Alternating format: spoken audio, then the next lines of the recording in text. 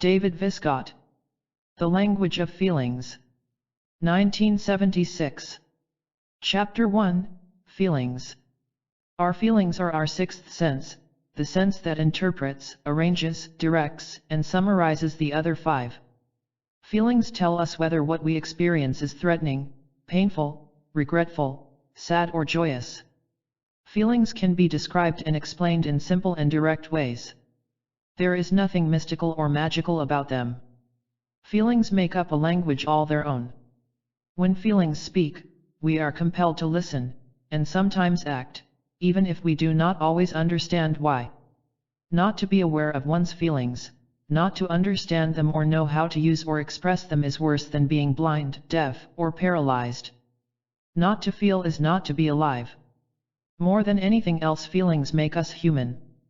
Feelings make us all kindred. Feelings are our reaction to what we perceive, and in turn they color and define our perception of the world. Feelings, in fact, are the world we live in. Because so much of what we know depends upon our feelings, to be awash in confusing or dimly perceived feelings is to be overwhelmed by a confusing world. My purpose in writing this book is to explain the nature of feelings, what they mean, how they work, where they come from, and how to understand and use them. The explanation I offer here is derived as much from my training and experience in practice as it is from my familiarity with an understanding of myself, which, though incomplete, is hopefully still growing. In developing my perspective, I've become more aware of my own limitations, and have tried to take care to see that they don't intrude. I do not pretend to have all the answers. I have, though, gained a certain knowledge of feelings over the years, and I'll attempt to set down these insights in as direct and simple a manner as possible. The language of feelings is the means by which we relate with ourselves, and if we cannot communicate with ourselves, we simply cannot communicate with others. As I've said, we perceive the world through our five senses. The sensory impressions thereby relayed to us must be integrated anew by each of us. How each of us perceives with any given sense varies, but not nearly as much as how each of us makes sense of the world he perceives. This process of integrating the world in our own fashion is a basic mental process. It is also the creative process. Our feelings are our reaction to what we have perceived through the senses, and they shape our reaction to what we will experience in the future. A person who carries much unsettled anger around with him, for example, is likely to find the world he encounters to be also angry, and so justify and perpetuate his own feeling of anger. I believe this suggests that the world is largely one of our own creation. In fact, the world is considerably more under our influence than most of us realize. When a person assumes responsibility for his feelings, he also assumes responsibility for his world. Understanding feelings is the key to mastery of ourselves, finding true independence, which is to attain the only real power worth having. While this idea implies that each of us is on his own, it also means that there's much that each of us can do to set straight the disjointed pieces of his life and bring them into harmony. Indeed, I suspect if each person accepted the responsibility for putting his own emotional world in order, the larger world might also become more real, harmonious, and even peaceful. I hope this book will help to take some of the mystery out of feelings, to make it more possible for people to recognize and understand what they feel, to show where their feelings come from and where they are going, so that they can be an ally, instead of an enemy, to their own natural progression. I don't propose any flashy, modish way for doing this. Understanding is the basic method, and my hope is that through it each reader will feel a new awareness of himself. There's probably much in these pages that nearly everyone has thought, at least felt, before. This book attempts to put this in some order and thereby make it more useful, to indicate a language of feelings and thereby articulate a syntax of the emotions. As people become more open with their feelings, there's less need to guard against things in the world that are threatening, for instead of hiding from feelings, the open person uses them as a guide that interprets the world he is experiencing. People who rely solely on their intellect to find their way through the world are not as likely to be as in harmony as people who also use their feelings. The highest accomplishments of man are not in the precision of his science, but in the perfection of his art. Man's art is the celebration of his feelings at their most coherent point. Reality can't be comprehended without taking into account feelings. The abstractions of intellect and reasoning are important, but when they lose touch with feelings, they open the way for inhuman and destructive acts. When we lose touch with our feelings, we lose touch with our most human qualities. Living in our feelings, we are most in touch, most alive. To paraphrase Descartes, there is nothing more true than I feel, therefore, I am. In this book I hope to construct a framework against which the reader can examine his own feelings and his life. In so doing, I also hope to offer a guide for allowing feelings to find their most natural expression in as economical and socially acceptable a manner as possible, and in the process have the best likelihood of resolving conflicts and encouraging growth. Our feelings can be managed defensively or creatively, the one a turning inward, the other an expressive flowing outward. All this, I realize, is a very large order indeed, and one that at best can only be incompletely filled. The reader, I hope, will take the ideas and methods suggested here and use them as he sees fit to work out the riddle, assembling the details of his own experience and from them creating his own best life by and for himself. Feelings are the way we perceive ourselves. Feelings are our reaction to the world around us. They are the way we sense being have. When our feelings are settled, we experience our highest consciousness. Without feelings there is no existence, no life. Put simply, each of us is his feelings. What we feel about anything reflects our history and development, our past influences, our present turmoil and our future potential. To understand our feelings is to understand our reaction to the world around us. Without an awareness of what our feelings mean, there is no real awareness of life. Our feelings summarize what we have experienced and tell us if it is pleasurable or painful. No two people have the same way of integrating what they perceive. The reality we derive from our perceptions is largely a creation of our own needs and expectations. Even so, there are common ways in which each of us deals with his reaction to his experience, his feelings. No matter how we assemble the fragments of this world into our outlook, there are universal patterns to feelings, and these reactions are predictable and easily understood. While each of us may differ in what he thinks is important, we are all much alike in the way we react, for example, to an important loss. When the human experience is reduced to such basic feelings, it's possible to have compassion for others, because feelings make all humankind kindred. When we begin to understand this, many of the mysteries of life evaporate. Feelings are the most direct reaction to our perception. When we use words alone to describe what we perceive, we are really attempting to manage our feelings rather than experience them. Thinking is a much more indirect way of handling reality than feeling. Feelings tell us when something is painful and hurts, because feelings are the hurt. Thought explains the hurt, justifying, rationalizing, putting it into perspective. The most intelligent of men have no particular advantage over others in understanding what they feel. Indeed, a high intelligence is often a severe handicap when it is used to rationalize feelings and offer logical, but nonetheless elusive, detours away from the truth. Everyone knows intelligent people who do not seem to have any understanding of their feelings, and as a result make poor and untrustworthy companions. They distort the world, although at times with a convincing elegance and even grace, but still remain far from understanding themselves. Such people seem to function best within the narrow confines of their intellectual system, which provides them with a safe cover from which they can view the world, comment upon it knowingly, and yet remain outside the mainstream of human feeling. These people have focused on one aspect of human growth, the ordering of detail by logic. In this intellectual sphere, defenses are formed. Words are used instead of feelings.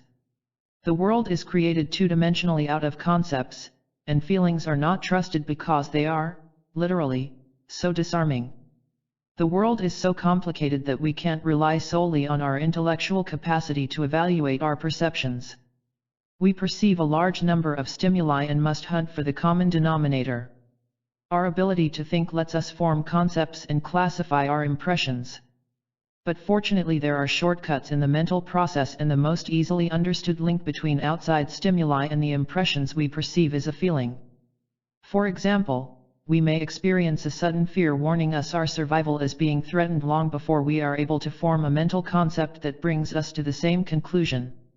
Sometimes, though, we allow our feelings to color our perceptions. While this may make us more alert and more self-protective, it can also distort the world we perceive, particularly when it makes us feel overly vulnerable to it. The world is a puzzle each of us assembles differently. But each of us can learn to deal with it by using our natural gifts in a more effective way, which includes learning to feel more honestly. The more honest you become, the more energy you will have to deal with the problems you face. Being in touch with your feelings is the only way you can ever become your highest self, the only way you can become open and free, the only way you can become your own person. Seeing the world intellectually is as different from feeling it as studying a country in a geography book is from living there. If you don't live in your feelings, you don't live in the real world. Feelings are the truth. What you do with them will decide whether you live in honesty or by a lie. Using defenses to try to manage feelings may distort your perception of the truth, but it does not alter that truth. Explaining feelings away does not resolve them or exorcise them. They're there. They have to be dealt with.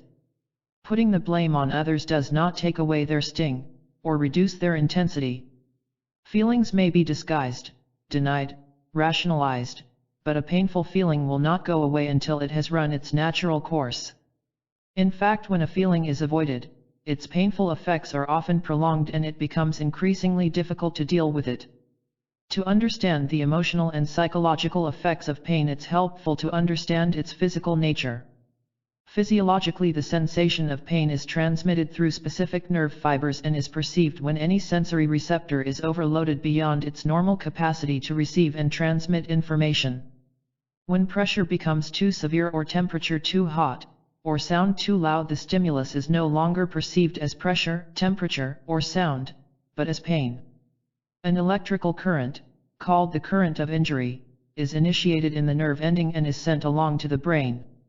The painful impulse produces an avoidance response that causes us to remove the threatened part of the body from danger, a reaction that often occurs automatically. This avoidance response is basic to the understanding of human feelings, because painful human feelings also produce a current of injury, telling us that we are in danger and that we must protect ourselves. Feelings can be overloaded just as any other energy system can. When an emotional injury threatens, our natural reaction is to avoid it. If the injury is not avoidable, it should be accepted as a real threat in order to make preparations to reduce the extent of the injury so the best remedy can be decided on. Just as during the development of the child's independent striving, so too in the process of injury and healing there is a time for support and assistance and a time when a person by himself must help along the process of healing, which is also a period of growth. Sometimes, though, we overreact to painful feelings and set up impenetrable defenses. When our feelings are altered by such defenses, separating us from pain, managing feelings can become difficult because we simply lose sight of the problem. There is a time for defenses and a time when they should be put aside. The purpose of defenses is to protect against further injury by giving us some distance and time. When they are used too broadly to shield us from all pain, they use so much energy they have nearly the same depleting effect as the injury itself. The energy that's consumed by defenses goes into putting up and maintaining a barrier to reality. Each of us needs to find a balance between pain and defense and rely on his own experience as a guide. While we frequently have little choice whether to use a defense or not, we can lower our defenses by enduring as much pain as we can tolerate until most of the pain is gone. It's not easy, it takes courage, but it works. Basically, there are two general kinds of feelings, positive and negative. Positive feelings add to one's sense of strength and well-being, producing pleasure, a sense of completion, life, fullness, and hope.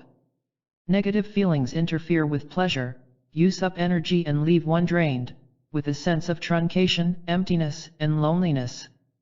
Positive feelings are joyous, like the sexual expressions between two people who care for each other, or like the feeling of being reunited with a friend or achieving a hard-sought goal. Negative feelings have the impact of loss, like the perception of little deaths everywhere one looks. Positive feelings often find their expression in creative works, such as a work of art or a new idea. Positive feelings can also be an act of love or kindness. They have a sense of renewal about them. The purpose of understanding your feelings and allowing them to flow to their natural conclusion is to become as open and as free of negative feelings as possible so that you can become your higher, more creative and productive self.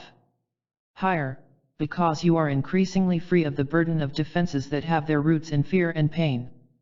More creative, because your energy is being expressed outwardly in a positive way, enhancing whatever it comes in contact with in your own unique way. More productive, because your energies are no longer drained by the need to keep feelings from being expressed, and you gain strength by expressing them in a natural way. When you suffer the emotional injuries that everyone occasionally must, you may be drained of energy and feel hurt and hopeless for a time.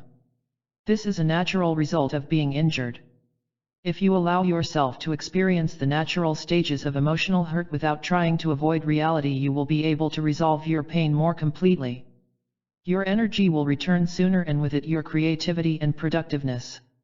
Feelings should reflect the present and provide a personal perspective on the events you are confronting.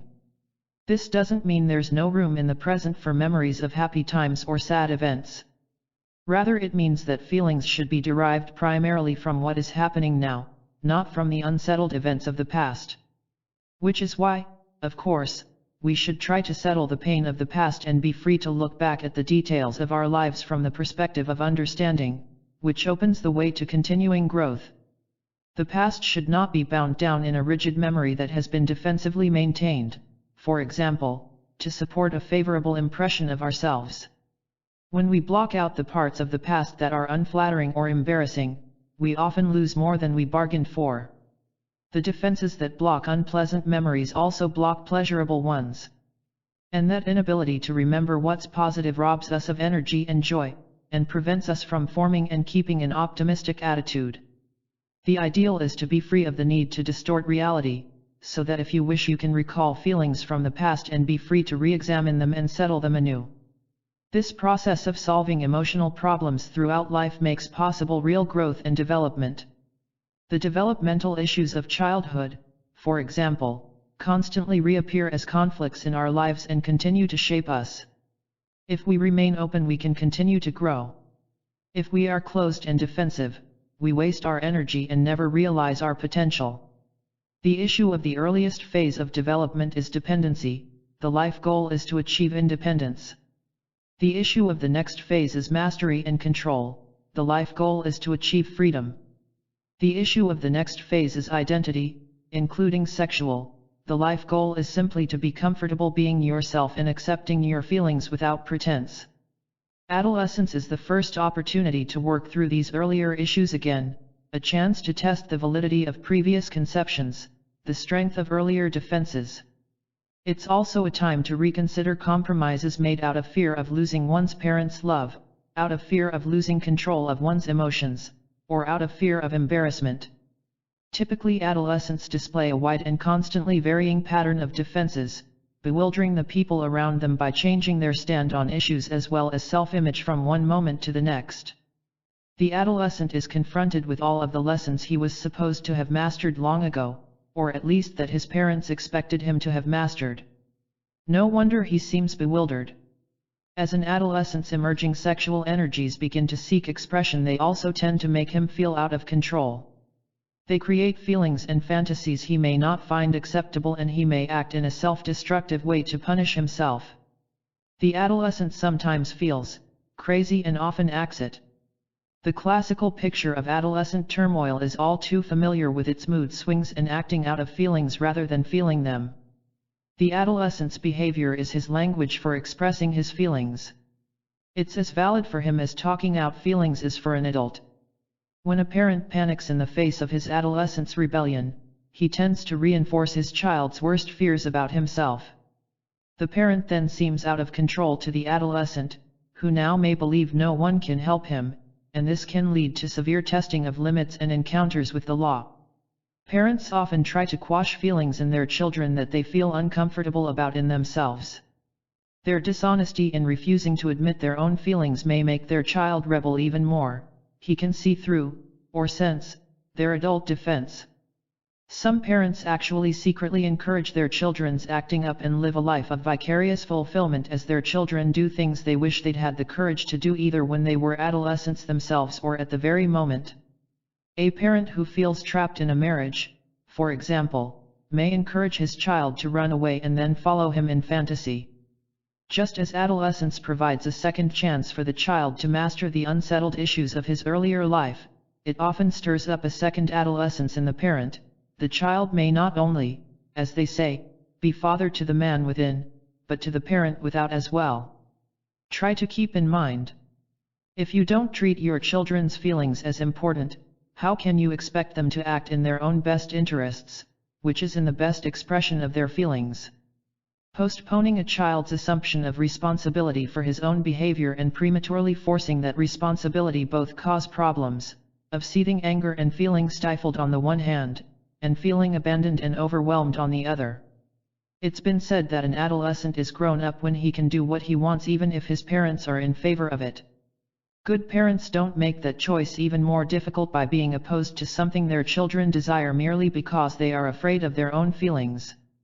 In the years that follow adolescence, the issues of the past continue to be brought up and at least partially resolved as age takes away the defenses of even the strongest resistance. In later years there is no use lying. The mirror tells the truth and we must accept it. This is not necessarily some painful coming to grips with things, it also means learning to enjoy what pleases us.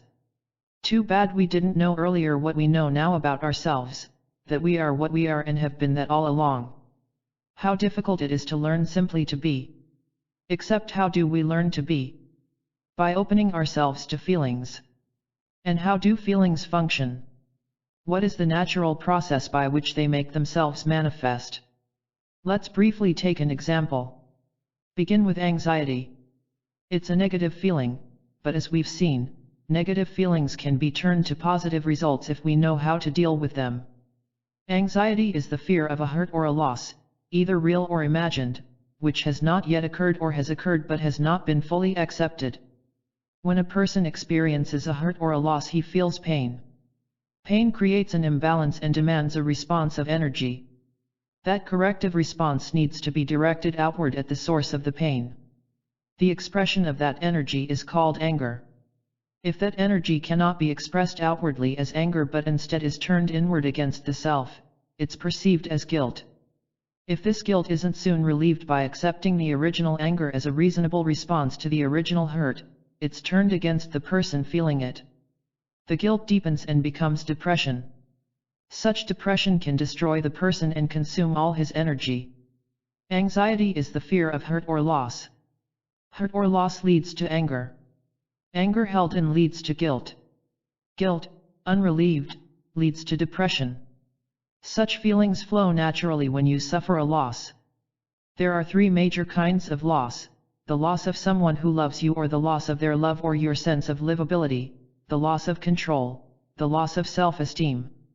Each particular sensitivity to loss originates in a specific developmental phase of early childhood. Of course, everyone is sensitive to all of these losses: love, control, and self-esteem, but when a person is especially sensitive to one type of loss, he tends to use a certain set of defenses in managing that loss. The person who dreads being out of control, for example, sees the world in terms of control. He responds to every loss as if it were a reflection of his personal lack of control. In a similar fashion, other people interpret all losses as proof that they are unlovable, and some see all losses in terms of diminished personal esteem. These three types of loss will be discussed in more detail later, but in general, how you perceive a loss depends on where you stand in your own emotional development. Common to all of these personal distortions of loss is the conviction that one simply must be perfect. We decide it's our own imperfections, which we usually have difficulty admitting to, that are responsible for our hurt. If we think we're at fault, but can't really admit it, we're likely to go through life trying to prove we're without flaws. None of us, obviously, is without flaws, but it's much healthier to face up to them and learn how to deal with them than to deny their existence. At the same time, each of us is responsible for living the best, which is to say the fullest, life we're capable of. Responsibility may be frightening to someone who has always avoided it, but it's also very freeing once you've really embraced the idea. Who else but you would you trust with the responsibility for your feelings, your life?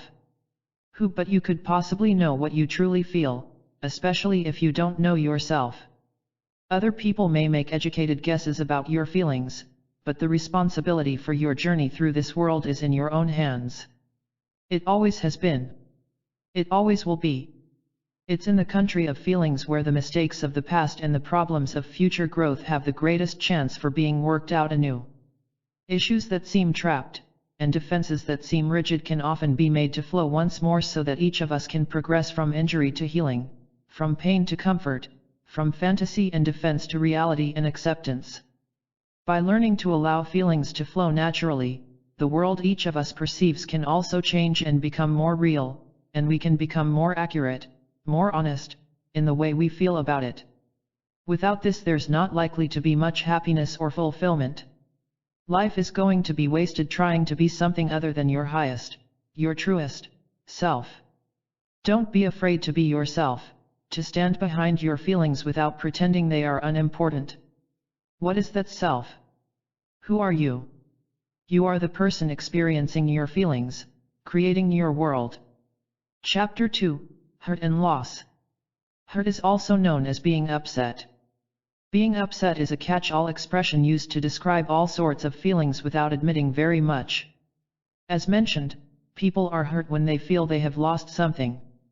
The more important the loss, the deeper the hurt. Often people are not aware how important something is to them until they lose it. The defenses that help a person deal with the world do so in large part by shielding him from vulnerability to loss. Everyone feels vulnerable about something and no one feels totally secure. Accepting vulnerability instead of trying to hide it is the best way of adapting to reality. If you go through life pretending you can't be hurt, or that you can only be hurt by a set limited number of losses, you're doing more than fooling yourself. You're selling yourself short. To say that you can't be hurt is another way of saying you don't really care about yourself, your world or the people in it. If you're not vulnerable to loss, your investment in the world probably isn't very deep. People who form only superficial ties are usually terrified of getting close to others. They fear to be abandoned, betrayed or rejected, even though their outward lifestyle may give others the impression there's nothing that would ever bother them. If someone has designed a lifestyle as a moat against involvement, you can be fairly sure there's little pleasure in that person's life. Anything that acts as a rigid defense keeps out joy as well as pain.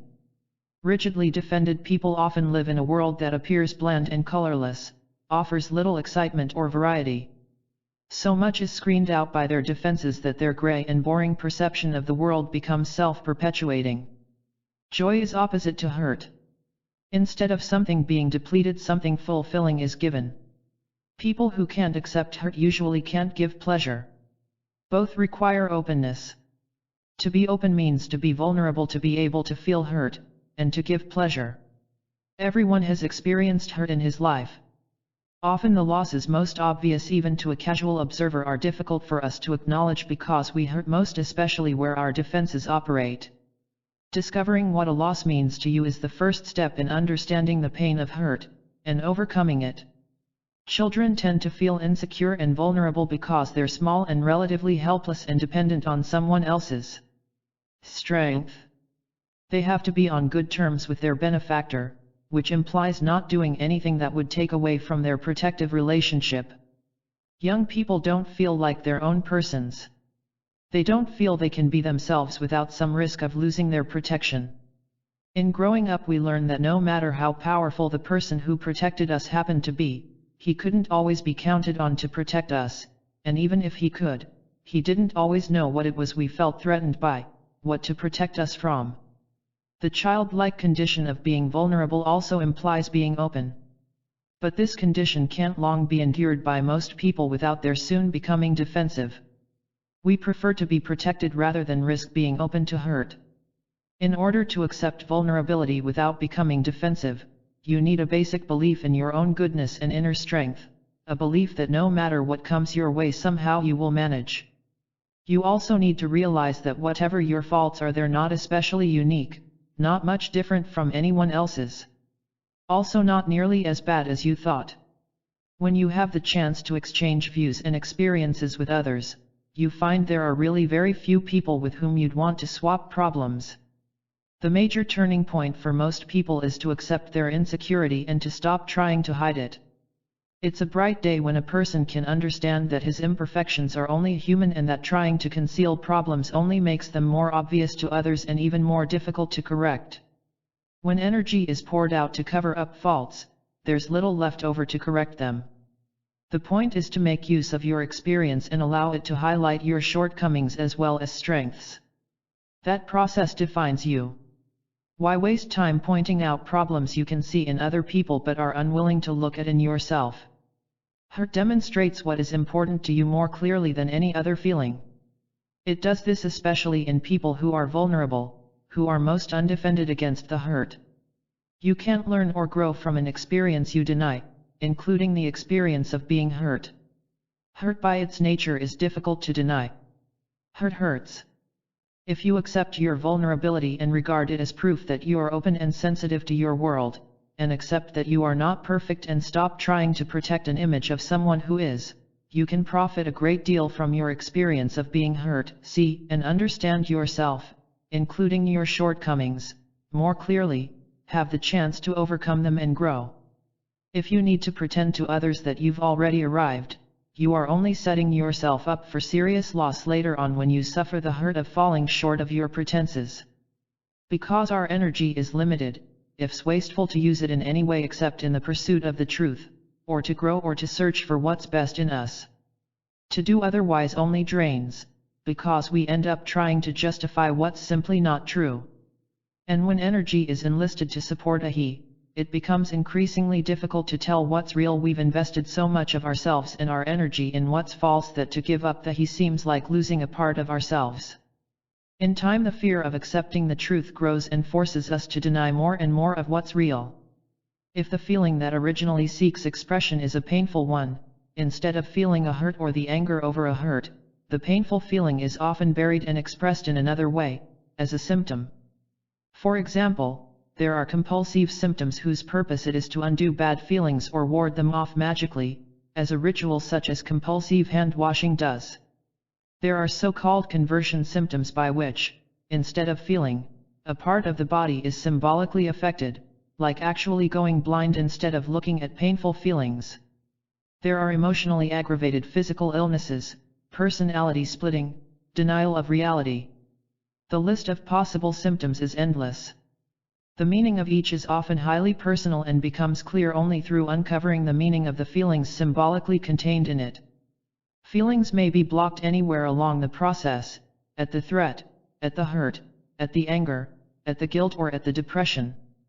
The point is that unless you decide that being your best self is worth the pain and risk of experiencing the truth of your feelings, you are condemned to be led where your defenses lead you. What could you possibly learn about yourself that you don't already suspect?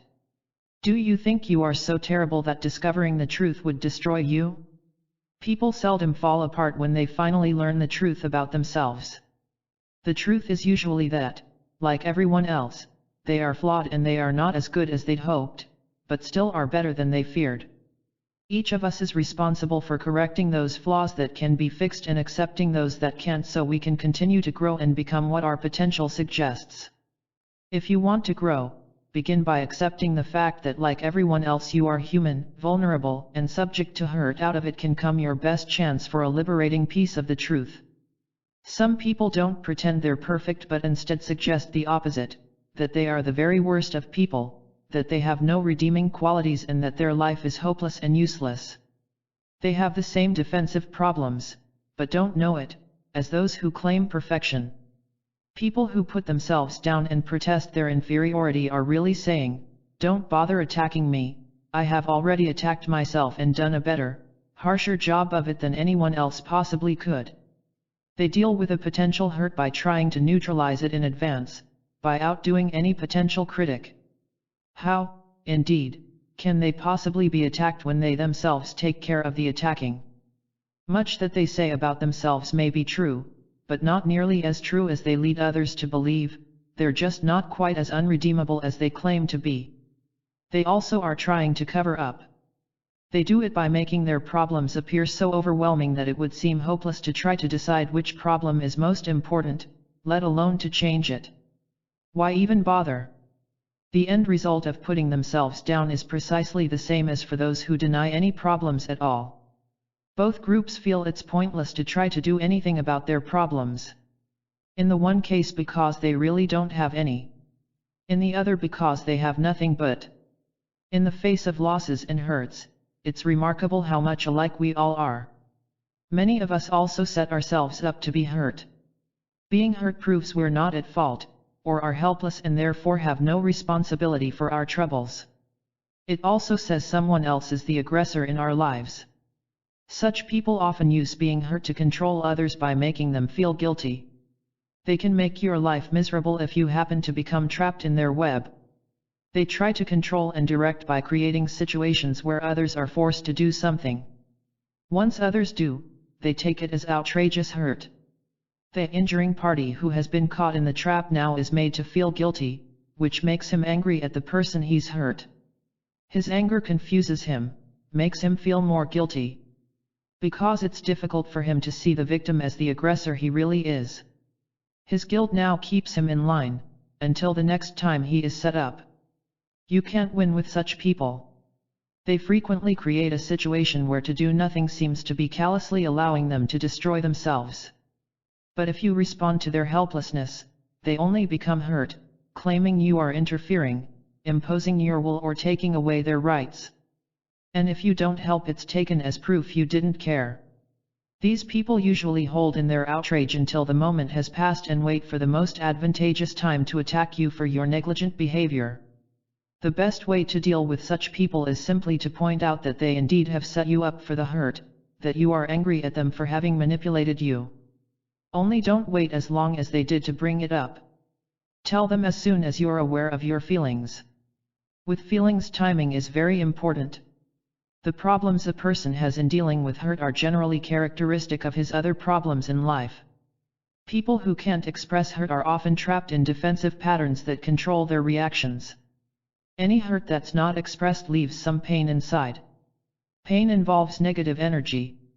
When this pain is held in, it depletes you of your positive energy, which is used to balance and contain it. Life seems less joyful. Thought and feeling aren't free. Concentration and productivity decrease. When pain from an injury is stored, it continues to seek expression, but the defenses keep it from doing so directly. The lingering negative feelings may attach themselves to other negative feelings or may color your perception so that you find something to feel hurt about in nearly everything in the world around you. The withheld hurt asks to be felt everywhere. When you, for example, receive a gift, you may look on it as a bribe rather than a generous act. You're forever suspicious, sniffing out hidden ulterior motives where none exist. The best way out of this situation is to try to identify the original source of hurt and to suffer and grieve for the original loss that caused it. Nothing resolves a loss better than feeling the appropriate grief over it. It's not easy to pinpoint losses if you are forever projecting rather than acknowledging hurt. In the case of another person behaving this way, the best you can do is to point out feelings that seem irrational, to try to encourage the person to stick to the facts. People also feel hurt when they lose a friendship. A misunderstanding between friends can be one of the most painful and wrenching events in life. Friendships often break up because one friend betrayed the other's trust. Two friends share the same vulnerability. A friendship that's built on vulnerability in common can be close and beautiful. Both friends have similar weak points, and each tries to avoid hurting as he himself would not want to be hurt. Problems come up when one friend is unable to accept some hurt or loss and instead injures his friend in the same way, exactly as he was trusted not to. He betrays the friendship and, because he betrays a shared vulnerability, he also betrays himself. This kind of shared vulnerability demands nearly total honesty from both partners. The greatest hurt always has its roots in being dishonest in some way. This is the worst sort of pain, for in losing a friend this close, you feel as if you have lost a part of yourself. The way to correct such a situation is to be entirely honest, allowing one friend to express the depth of his pain and the other to accept the blame for his callousness, thoughtlessness, and cruelty.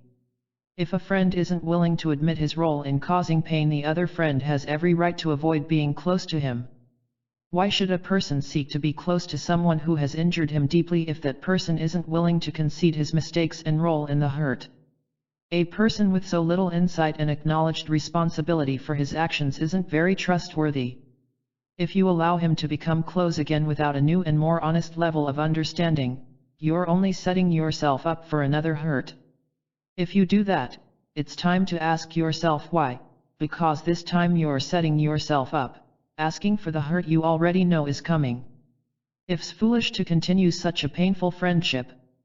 Of course, in a real friendship both friends understand that they will occasionally hurt and be hurt. They can accept this not as a weakness but as proof of their humanness.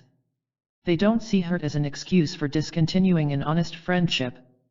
The losses most difficult to endure are those that can't be replaced but can only be accepted. The death of someone you love is shudderingly real, utterly final. The conciliatory words you wanted to say before can never be said now. The repairs you wanted to make in your love can never be accomplished. It is too late. The only changes that can take place now are within you, and your attitude. Much of what happens in the process of grieving has to do with accepting the loss and coming to terms with one's anger over being abandoned and left alone.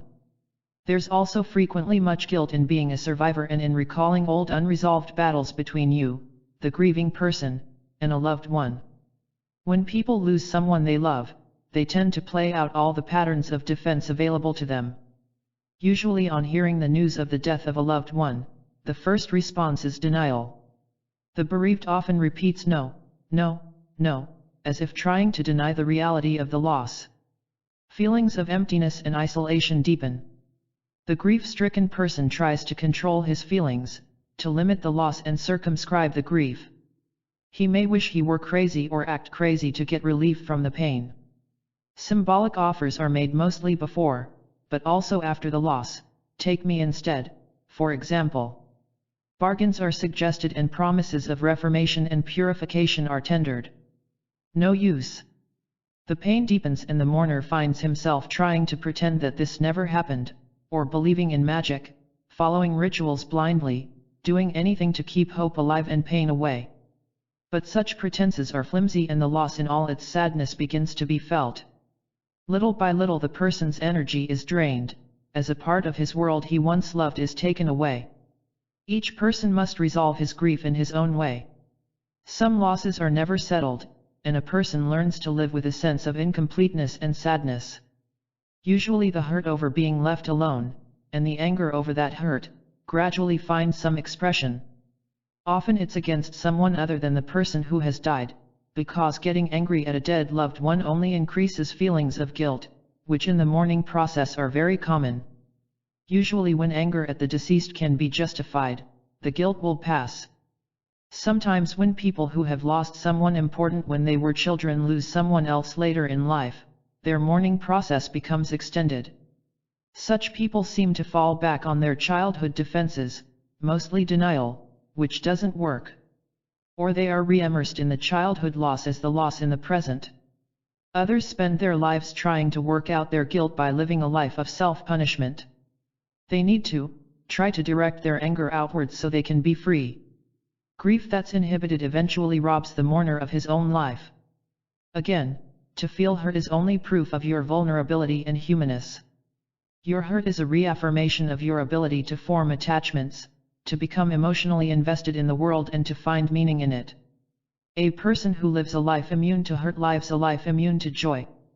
There is no way of avoiding pain if you wish to be open to pleasure. When you feel hurt you need to ask yourself, what have I lost? Were you aware it was so important to you? If you weren't aware that what you lost was so important, why weren't you? Not to be aware of your emotional investments means you're dangerously vulnerable, unable to adjust and protect yourself as you should. Not all losses can or should be protected against, but you should at least know what's important to you. How else can you have an appropriate, realistic reaction to the loss of it? It's also important to know how you experience hurt. Everyone has his own signals. Some people get a pain in the stomach. Others feel their hurt as pain in the chest. You can have a physical representation of any feeling. Tension and anxiety are frequently felt as muscles tightening in the neck, as well as in cramping elsewhere. Anger often brings on headaches. Guilt and depression favor the lower back. So when you look at any life situation and have feelings about it, note also your reactions and understand what your own physical symptoms mean. Often such physical expressions appear long before a person is aware of the feeling causing it, such as butterflies in the stomach before realizing you're anxious. You won't be able to use this physical information to your fullest advantage until you take an inventory of your own physical feelings and connect them to your own emotions. It may take some time to do this, but the shortcut this kind of knowledge provides is worth the effort. Perhaps the truly most difficult loss of all to accept is the loss that forces you to see through yourself, to find yourself lacking in ways you were formerly unable to admit to anyone, most especially yourself. It also opens the way for the most important kind of growth toward reality. What should you do when you have been hurt? If someone hurts your feelings, or causes you pain, express your hurt to that person as directly and honestly as possible. The simplest way is to say, "You hurt my feelings when you did thus and so." This approach may not always produce the response you want, but making the other person aware of your hurt is the best way to put your feelings back into balance. Being hurt drains your energy. Compensate for that drain by directing your negative feelings outside yourself, by unburdening yourself of the hurt or expressing your anger appropriately at its source. Let your hurt become the other person's problem. If he caused it, the other person may try to show you how you brought on the hurt yourself, or how you set him up to hurt you, or try to avoid accepting blame in other ways. Just be sure that you make your hurt known to the person who hurt you. This doesn't mean that you should ignore the other person's explanations, but don't let them get in the way of expressing your hurt and anger. Examine the other person's remarks for whatever truth you can find in them. Maybe you did set him up to hurt you. If you did, that's important to know. The importance of being put in touch with the pain and pleasure in life, with your feelings and experiences as they really are, is that it frees you to make the most realistic and positive adjustment to the world. Your feelings need to flow naturally. You need to settle problems as they occur, directly and honestly. If you can't learn something about yourself when you're hurt, you are missing an opportunity to grow or to change the way you deal with the world, as well as to check out the validity of your expectations. Expectations determine how each of us anticipates the world. And so our expectations are potential sources of hurt. Expectations. A life which is full of them is usually full of disappointments. The lives that are the most desperate are the lives in which expectations are least real.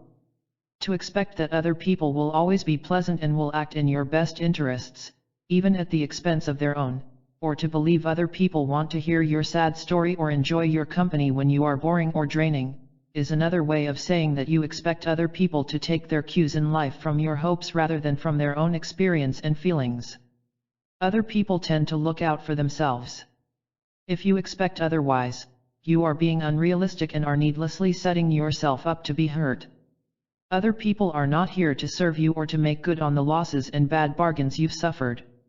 Other people are here to find their way the best they can. Your unrealistic expectations of their behavior will make them feel used and treated as objects who have no feelings or rights of their own. It comes down to this: it hurts to lose something important. It hurts worse to pretend otherwise. To expect more than reality can offer only sets you up to be hurt badly and needlessly. Chapter 3. Anxiety. Anxiety is the fear of being hurt or of losing something. Whether the fear is real or imagined, it feels the same.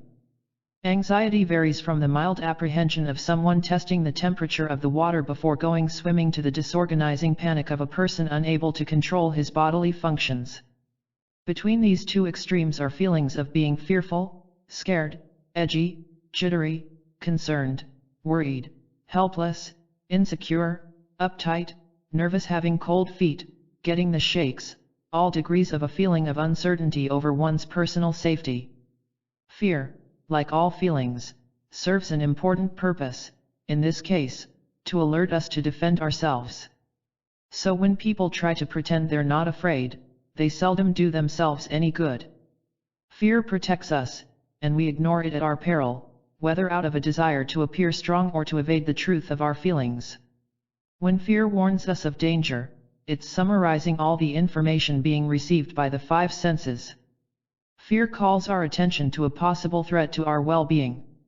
When you're exposed to a threat, your body responds by releasing powerful stimulating hormones into the bloodstream. These hormones make the heart beat more strongly and more rapidly and also direct blood flow to where it's needed most. In a time of stress, the blood supply is usually diminished to the abdomen and the skin, and is increased to the muscles. Most of the physical symptoms of anxiety, cold feet, butterflies in the stomach, sweating, dilation of the pupils of the eyes and skin pallor, are caused by these hormones. These stress hormones also make our minds race, and increase our awareness of our surroundings. An excess of this puts us constantly on guard, which in turn tends to immobilize. Children living in cities under attack during wartime, for example, become so defensive in the face of chronic anxiety they seem to lose their personality. Most of us can't survive chronic anxiety without serious emotional consequences. The intensity of anxiety often depends on the severity of the impending loss, the closeness of the threat, the importance of the loss to the individual and the strength of the person and his defenses. What are most of us most anxious about? The answer generally is, losing our lives. Any psychology that doesn't consider the importance of the instinct to survive hasn't much to do with reality. Few of us actually observe the instinct for self-preservation operating in real life, but we can detect or at least respond to it fairly readily in the world of fantasy. For example, the great adventure story or film grips us and holds us in our seats as we identify with fictitious people threatened by powerful, seemingly invincible creatures, spirits, holocausts, earthquakes, sharks. The involvement these adventures arouse reflects our basic survival instinct. The feeling of taking a risk and surviving is invigorating. It gives a new sense of life. That surely is one reason why sports that involve risk are so stirring. In the real world, anxiety is common enough, but the potential aggressors in our lives are seldom so clearly defined. They're more likely to be represented by the local bureaucracy that asks us to fill out a dozen meaningless forms during an emergency, wasting our time and causing us needless stress, or a government spending our money irresponsibly and threatening us with jail if we don't pay our taxes, or inflation or recession and their threat of unemployment. We often feel helpless confronting these threats. The aggressor is simply too powerful. Sometimes we're not even sure where the threat is coming from. The government, the economy are giant abstract threats, threats without faces or an approachable personality. Movie makers, novelists, and television writers create adventures for us in which threats at least become identified as real characters who can be sought out, overcome or outlived. Our anxiety is stirred up, we see the enemy defeated and we feel a sense of release from our own unease. Most of us live lives in which much of the anxiety we experience is out of our control. We look for ways to express our instinct of survival, or end our feeling of helplessness. Our survival instinct is awakened not solely from an actual threat of death but also from a more general fear of dying.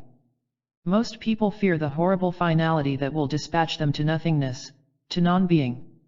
When confronting impending death, such as finding yourself in the path of a runaway automobile, the events of your life are often vividly recalled. This abrupt playback of past events comes from a sudden indiscriminate loosening of the defenses, allowing you to see the world within and the world outside more clearly, as they really are. Defenses are a delaying tactic. They slow reactions, protect you from potential emotional hurt. There is a time for defenses and a time for survival. Fortunately, under great stress, the decision is out of our hands.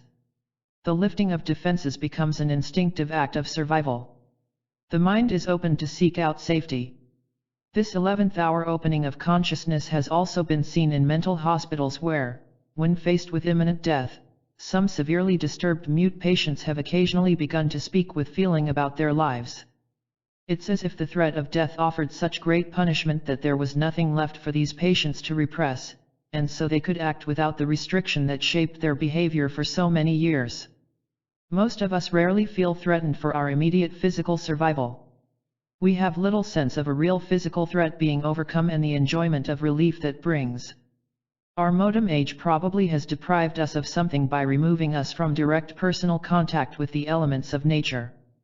We find ourselves in an artificial arena where our adversaries are arbitrary employers, demanding schedules, unfair practices, and red tape, all of which create feelings of frustration and threaten us without giving us adequate opportunity for expressing our feelings about our condition. We live in an unfair emotional bondage. We've been coerced into selling out our instinct for personal survival for something called long-term security, without being told beforehand of the consequences. We never imagined that in our day-to-day living and working experience we'd be most threatened by our protectors. Worse, we seem to have few resources left to combat such threats, because to fight the system seems overwhelming. Don Quixote may have known what he was doing when he chose windmills as adversaries. If we were to examine the system, we'd see that the security it offers is elusive. It depends on the system working. When hard times come, the system isn't working and the loyalty of the company toward its employees may be difficult to discern, and the situation may produce more anxiety than security. The modern world is driving many of us crazy. The answer is that each of us, to whatever extent possible, must take our survival back into our own hands. We may not do as well financially, but if we can lower the anxiety level by being more in control of our own destiny, we've come out ahead. When it seems impossible to manage directly the stress of working for a corporation or contending with government bureaucracy, other outlets for resolving tension have got to be found. One such is a sport that offers physical and emotional challenge that can be met and overcome. It's very rewarding to pit oneself against a mountain in winter and conquer the steepest slopes. You may not have beaten the boss, you certainly have not made the tax laws any more equitable, but you have overcome a real challenge, and you have demonstrated your ability to make it. The system may no longer work, but you still do. It's our modern civilization itself that's at the root of a great deal of our anxiety and stress. Industrialization has often progressed at the expense of the individual. The exigencies of corporate and industrial life dictate that we suppress our instinct for survival and suffer in silence the anxieties such a life produces, a depleting experience, because to suppress any emotion requires energy. To live in a world where some company professes to know what's best for us and expects us to go along blindly with its policies is putting the survival of that company above our own. No company or organization that places the survival of itself over the well-being of any single member can ever act in keeping with the real needs of the individual. We sense this and feel uncomfortable on the job, a little used, perhaps, a little like an impersonal number. Many businesses today are creating products on one end of the assembly line and dehumanized workers on the other. Working with faceless machines in which one's only interest is in keeping one's hands or clothing out of the gears is boring. The usual way people defend themselves against such monotony is to block it out and retreat into the world within. This turning away from the world only adds to the feeling of boredom. Anxiety and boredom tend to go hand in hand, and often result in such disorders as depression and alcoholism. This sense of helplessness in a mechanized world gradually undermines our ability to take charge of our private lives. We tend to erect such a protective screen against our anxiety at work that when we return home those same screens stay with us.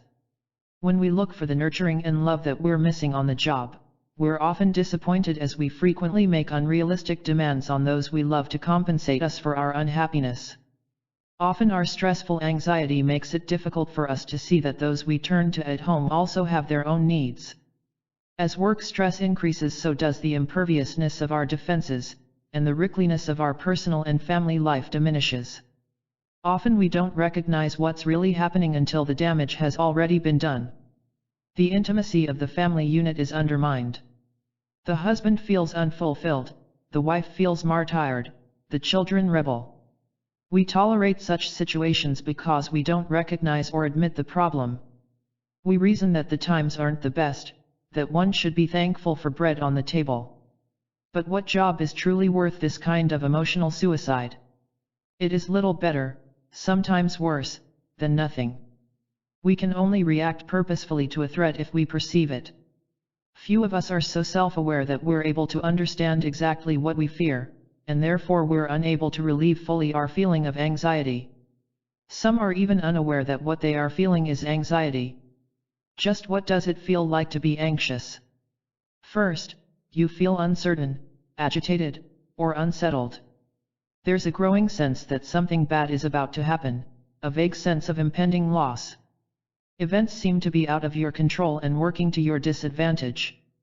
How do you cope with these feelings?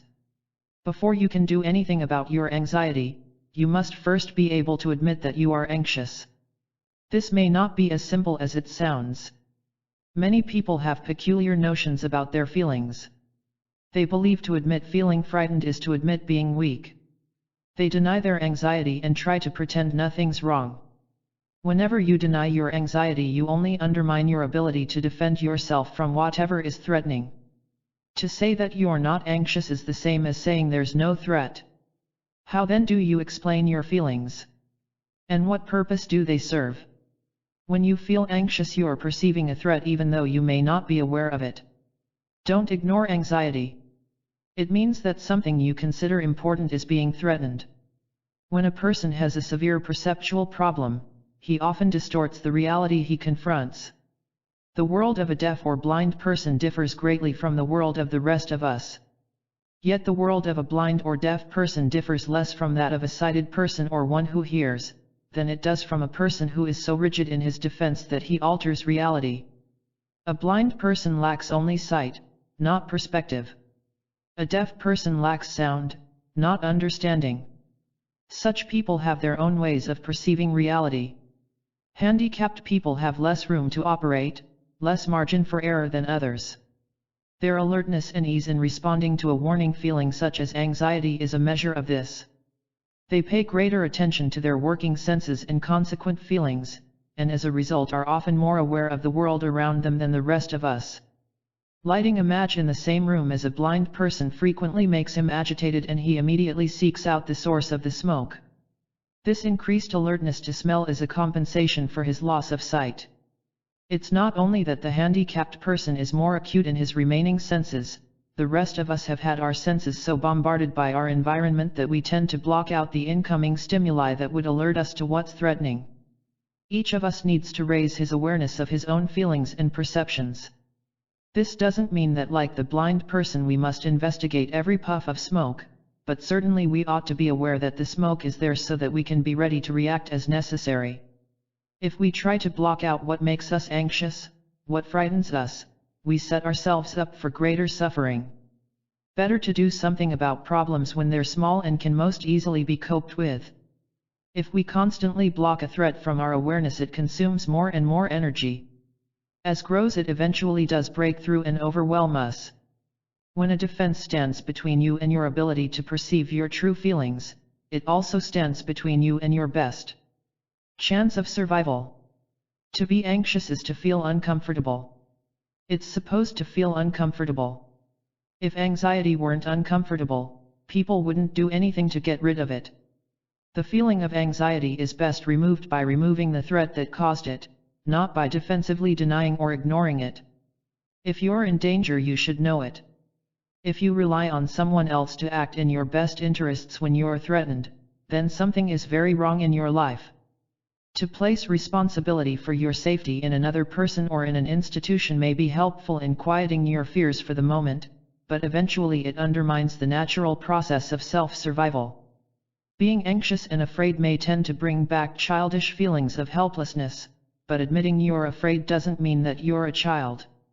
When we feel afraid, it's only natural to wish that someone bigger, more capable and powerful, will come to our rescue. Such fond childhood hopes tend to wither naturally in the shadow of adult experience. We see more clearly every day, if we're looking, that the only person we really can count on for help is ourselves. Modern society sends us two conflicting messages: be self-reliant, be yourself, take charge of your own destiny, conform, play the game, be a good citizen. Individuality is often labeled eccentricity, tolerated in theory only, conformity is expected in practice. Meeting our obligations to society and earning its prescribed rewards too often may not fulfill our emotional needs. We want something more but don't know where to look. What we find is a sea of anxiety. Out of fear, we tend to follow a course chosen by others who claim to know the right direction. No wonder so many of us feel anxious so much of the time. We're beginning to lose our initiative, our sense of ourselves, of our own life's goal and purpose. For many these words may sound inconsistent with the hard cold practical facts of life. A person has to work, to get along or worry about being fired. Well, yes and no. That's the message we've been conditioned to accept. It isn't necessarily the reality of our best interest or even survival. It's the message of somebody else, of a structure that has its own self-interest, not necessarily the same or even consistent with the individuals in question. A fact of life is that many of us give up or give in too easily, without even looking for alternatives or testing them. We fear the uncertainty of newness. This does not mean that we should give up job, family, and society for some mystical inner voice. But at least give your best self a chance. Listen to yourself, accept your responsibility for solving the threats to your life and well-being, at least to the extent that you can from the resources within you. This at least is a start at being a free person. And isn't that what we're all supposed to be about? Aside from the anxiety created simply by our society, each person needs to come to terms with the threats and fears of his own interpersonal life, based on the prejudices of his upbringing. A prejudice is an organized set of feelings that can be triggered by some external stimulus. Whether the object of the prejudice is a group, an idea, or an attitude, a prejudice is only altered by experience. As children we learn our prejudices out of fear. What begins as a fear of a specific object, situation, or person tends to become generalized. A fear of a dark place, for example, becomes fear of the dark. Our prejudices are like reservoirs of bad feelings and get in the way of our finding the truth. We fear the stranger only partly because he may cause us harm, but more because he is not party to our particular perception of the truth. What he says about us derives from what he perceives about us. We tend to fear the stranger because he can see our imperfections, because he may hurt us by uncovering the truth about ourselves. Each of us feels vulnerable in a different way. If you know your vulnerability, you know a great deal about yourself. As we've seen, everyone is vulnerable to the loss of a loved one, the loss of control, and the loss of self-esteem. Each of these types of loss creates a corresponding category of anxiety. Some people are so sensitized by their particular life experience that one of these categories takes precedence over others and colors the way they see the world. Dependent people are especially vulnerable to loss of love, either because as children they experienced such a loss or because they lived with the threat of separation or rejection. They go through life feeling a loss even before they have lost anything. They may even precipitate a potential loss just to get their anxiety over with. They often create a feeling of helplessness in other people, who feel angry at them for making them feel that way and reject them, and so another loss. Because dependent people tend to act in a regressive and infantile way when threatened, little they do seems effective in preventing the losses they fear. Their unwillingness to assume responsibility for their life only adds to their grief and further alienates the very people whose love and affection they fear losing. Dependent people see the world in terms of loss or rejection and are likely to find evidence everywhere they look that such a loss is imminent. Take this case, for example, of a woman who was so wounded by losses and separations as a child that she saw the losses woven into the fabric of her life more clearly than she saw her life itself. One afternoon when storming out of her daughter-in-law's house after an argument, she began to feel abandoned by the act of her own leaving. She drove along the superhighway following another car. After a few miles she began to feel a peculiar attachment to it. In her mind the other automobile was showing her the way home. It was taking care of her. The farther away from her daughter-in-law's home she drove, the more old feelings of abandonment as a child returned. After a while the car she was following turned off the highway and she was left in tears, feeling abandoned by the world and unable literally and figuratively to find her own way home. This woman's experience is typical of the ways incidents in our present can trigger the unsettled sorrows of our past, making the world a screen on which we project our hurts. The next kind of loss that produces anxiety is the loss of control.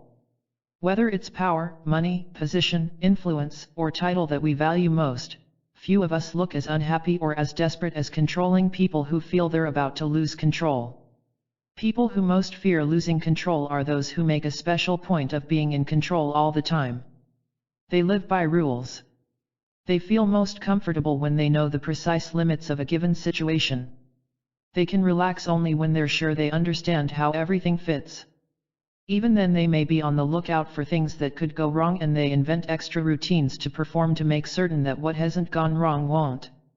When things do start to get out of control, they tend to get more and more involved in the rules and details of the system and begin to regard them with an air of permanency or even religiousness. They imbue them with a ritualistic or magical quality in an effort to exorcise their anxiety. Consider a lady or gentleman who makes a revision of the shopping list by rows to correspond with the supermarket displays, who keeps the house pristine, who pays bills by return mail, whose checkbook balances to the penny, whose calendar is planned months ahead, thereby getting the unknown under control as well. Is this person really in control? In fact, for many controlling people, their order and routine seem more important than their feelings. Because the loss of control is so frightening, they try to control the pieces of their world in increasingly minute detail, making still longer and more accurate lists, keeping a still neater house or office. They would do better to admit they feel hurt and anxious and to realize that this is what makes them feel out of control. When you experience a feeling without hiding it, it passes most quickly and drains you the least. The loss of esteem also triggers anxiety. It may appear as a fear of failure, a fear of being exposed as worthless, or a fear of being ridiculed. People who live in fear of being embarrassed often try to hide their real feelings. They may pretend that their feelings are unimportant, or that the test of their worth didn't count, as for example the student who goes through school barely passing because he's afraid of taking the risk of trying and not being the best. He can always tell himself, "If I'd really studied I could have been first in the class." He may even believe it. Such people are often competitive and unsure of their worth at the same time. They feel anxious not only when they're put down, but when other people exceed them. They rarely act as themselves, but in a way they think will make them appear worthwhile to others. They rarely make an honest effort to succeed, but just enough to give the impression of success. Ironically, the effort needed to succeed is usually only a little more than that required to save face. True success can't be achieved until you are willing to be judged on your performance. Not wanting to be so judged, a person overly concerned with esteem shies away from making a full effort in order to protect his fragile self-image. He really isn't sure he could be first, and not knowing how well he could do, he dreads ever finding out. All these three issues of anxiety-producing loss reflect growth stages everybody has lived through. To the extent that these issues of the past continue unresolved in us, we remain vulnerable to similar situations in the present. And to some degree all three issues, losing love, control, or esteem, are capable of triggering feelings of anxiety in each of us. Now the question is, how do we go about managing anxiety? Since anxiety is a warning, it's vital that we first understand what dangers we're being alerted to. The warning must be broken down into usable information. Sometimes it's awfully difficult to tell if the danger causing the alarm is in the present or in the past. The lady who became attached to the car she was following simply couldn't make that distinction. When she was a young child, her mother had gone off advance. She's able to enjoy life because it's no longer automatically tainted by the past. Managing anxiety primarily in the present is less difficult.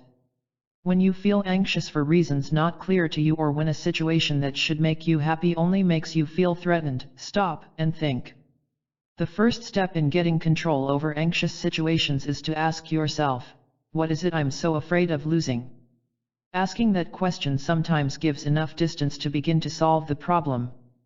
The question begins to define the answer. The office worker afraid to ask for the raise, the tenant afraid to arouse the ire of his neighbor whose radio blasts him deaf every night, the boy afraid to ask the girl for a date, and vice versa in these changing times. All may feel generally anxious without knowing why until they begin to stop and think and ask themselves the question, what am I afraid of losing? And in reply may come, respectively, the answers, my job, a friendship, my masculinity, my femininity. Most people face some anxiety every day of their lives. Lawyers become anxious when they have to appear in court. Accountants become anxious before an audit.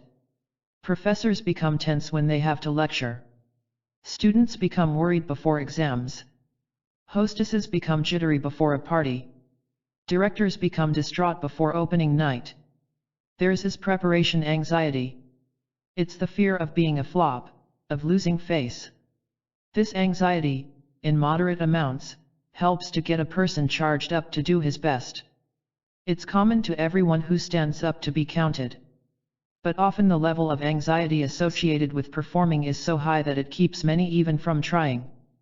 Moderate so-called stage fright, however, is not a disease, and only when it actually prevents you from working does it need to be treated. Some people, though, live their lives as if they were giving one continuous performance after another every hour of the day. They fear they're being judged by everyone who sees them. Because they've not accepted themselves, they worry no one else could either. They're afraid of being confirmed as worthless. They live from one unsatisfying event to another, wondering who'll find them out next. Chronic anxiety is difficult to manage and painful to endure. A person suffering from it feels constantly as if he were about to suffer a great loss. He uses up most of his energy trying to hold his anxiety in check. As a result, even small amounts of stress quickly overwhelm his ability to cope. As his defenses become spread over too wide an area in an attempt to cover all possible threats, his anxiety begins to leak out everywhere. Defenses become useless. In fact, he becomes so caught up in the management of his defenses that he has little energy left over to live. Managing such severe anxiety may require professional help, including an anti-anxiety medication, so that a person is able to regain some of the energy used by his defenses and apply it to solving his problems. It's difficult for therapy to have much success until anxiety is reduced to manageable levels. There's nothing like feeling better to feel better. Chronic anxiety is aggravated by the stresses of day-to-day living, traffic, shopping, the media, the demands of a family, personal relationships, not to mention the economy, the unsure prospect for the world, shortages, aging and disease. Many people suffer from anxiety without realizing it because their defenses against anxiety keep them from being aware of themselves. The defensiveness of the average New Yorker is a good example. They have to shut out a lot each day just to get breakfast down. Our society makes emotional cripples out of many people who can't cope with the lack of clear-cut goals and rewards that have little real meaning. We still need some space, time, privacy, and peace, if only for a few minutes each day. We need an opportunity to get in contact with ourselves, to listen to our thoughts, to pay attention to our feelings. Even though it seems impossible at times, the best way to manage anxiety is to avoid unnecessarily threatening situations and to begin to make yourself the most complete and strongest person you can be. To do this, you need to accept who you are, take responsibility for your life, and make certain that you are heading in the direction that is right for you. This is a difficult job. To be one's own person, you need not be entirely free of anxiety, but at least you can know what you fear and be free to change what threatens you. A free person accepts responsibility for both the good and the bad in his life. He is aware of his own vulnerability, and instead of concealing it, he uses it. He allows himself to be open to the pain of his world. Through that special window he can see more clearly, because he feels more. A free person doesn't waste time and energy getting involved in things that can't be changed, but instead focuses on the areas he can affect. He doesn't let the world get to him. He simply defines what his goals are and works honestly and energetically toward them. One of the most important goals of life is to become familiar with yourself in a positive way. To reach this point requires acceptance of your limitations. You need to understand that no matter how badly you may have been treated or what your personal circumstances happen to be, no matter how cruelly abandoned or rejected you may have been or where you are in life now, you are always in charge of your own life. You have the primary responsibility to make good on your talents and abilities. Hopefully the disappointments and rejections you experience will someday be seen as a proving ground for you. If you're a person who's been brought up in a dependent way, your outlook need not always be one of disappointment and hurt over losses.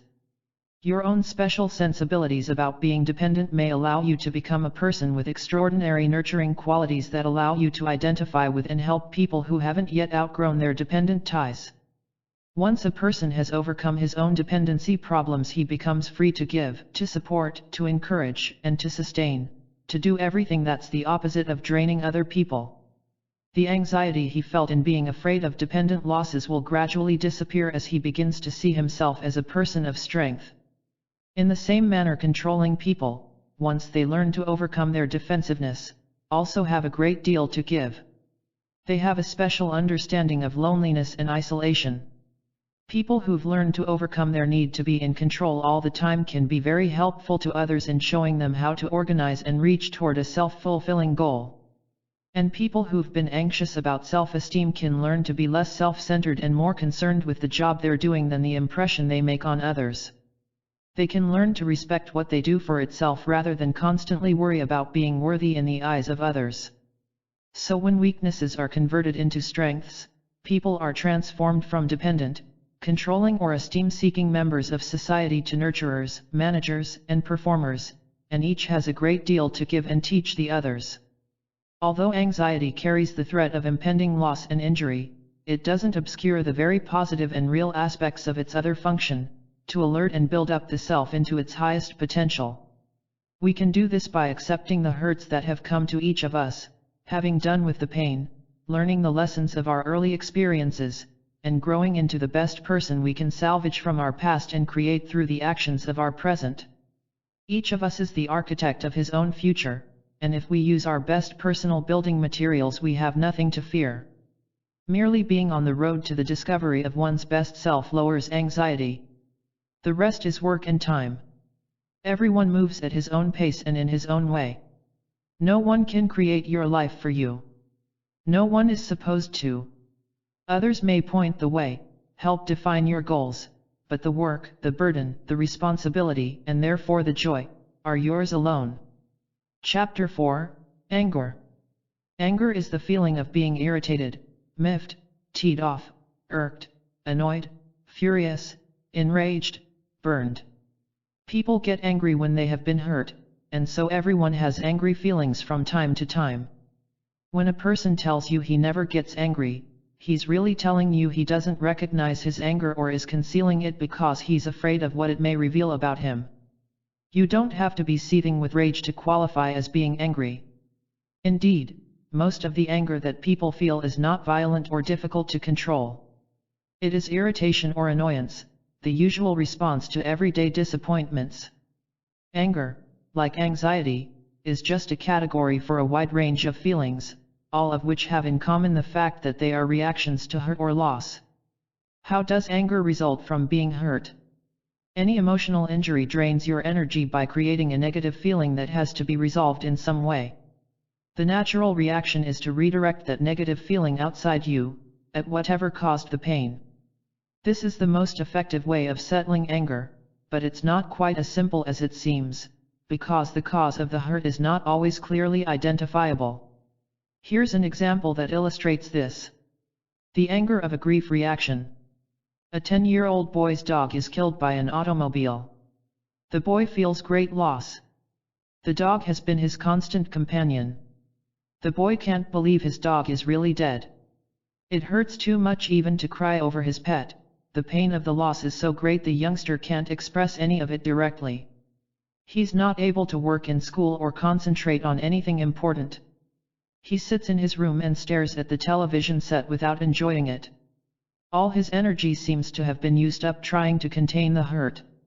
A part of himself that he's identified with his dog no longer exists, and he dearly misses that part. He's angry that the dog has died. But who should he be angry at for the death of his dog? After a few weeks the boy begins to speak with anger about the driver of the car. He should have been more careful, he was driving too fast, and once even accuses the driver of trying to hit the dog. He begins to dream he saw the car that killed his dog crashing into a wall. After a while he remembers that his dog always chased cars and he wasn't able to break him of the habit. He feels angry at himself for failing as a trainer, and irritated with his parents for not offering to help train the dog. Later he begins to direct his feelings against his dog for not knowing any better than to chase cars. Gradually the boy's anger is released and his energy for other activities slowly returns. He's able to concentrate in school again and get back to living his life as usual. Expressing anger over the hurt that causes it allows an emotional wound to close. In this case the youngster naturally began to seek out objects he could get angry at. First, the driver of the automobile, then the automobile, and then even a little at himself. Much of that anger had the quality of, if only I'd acted right I wouldn't have lost my dog.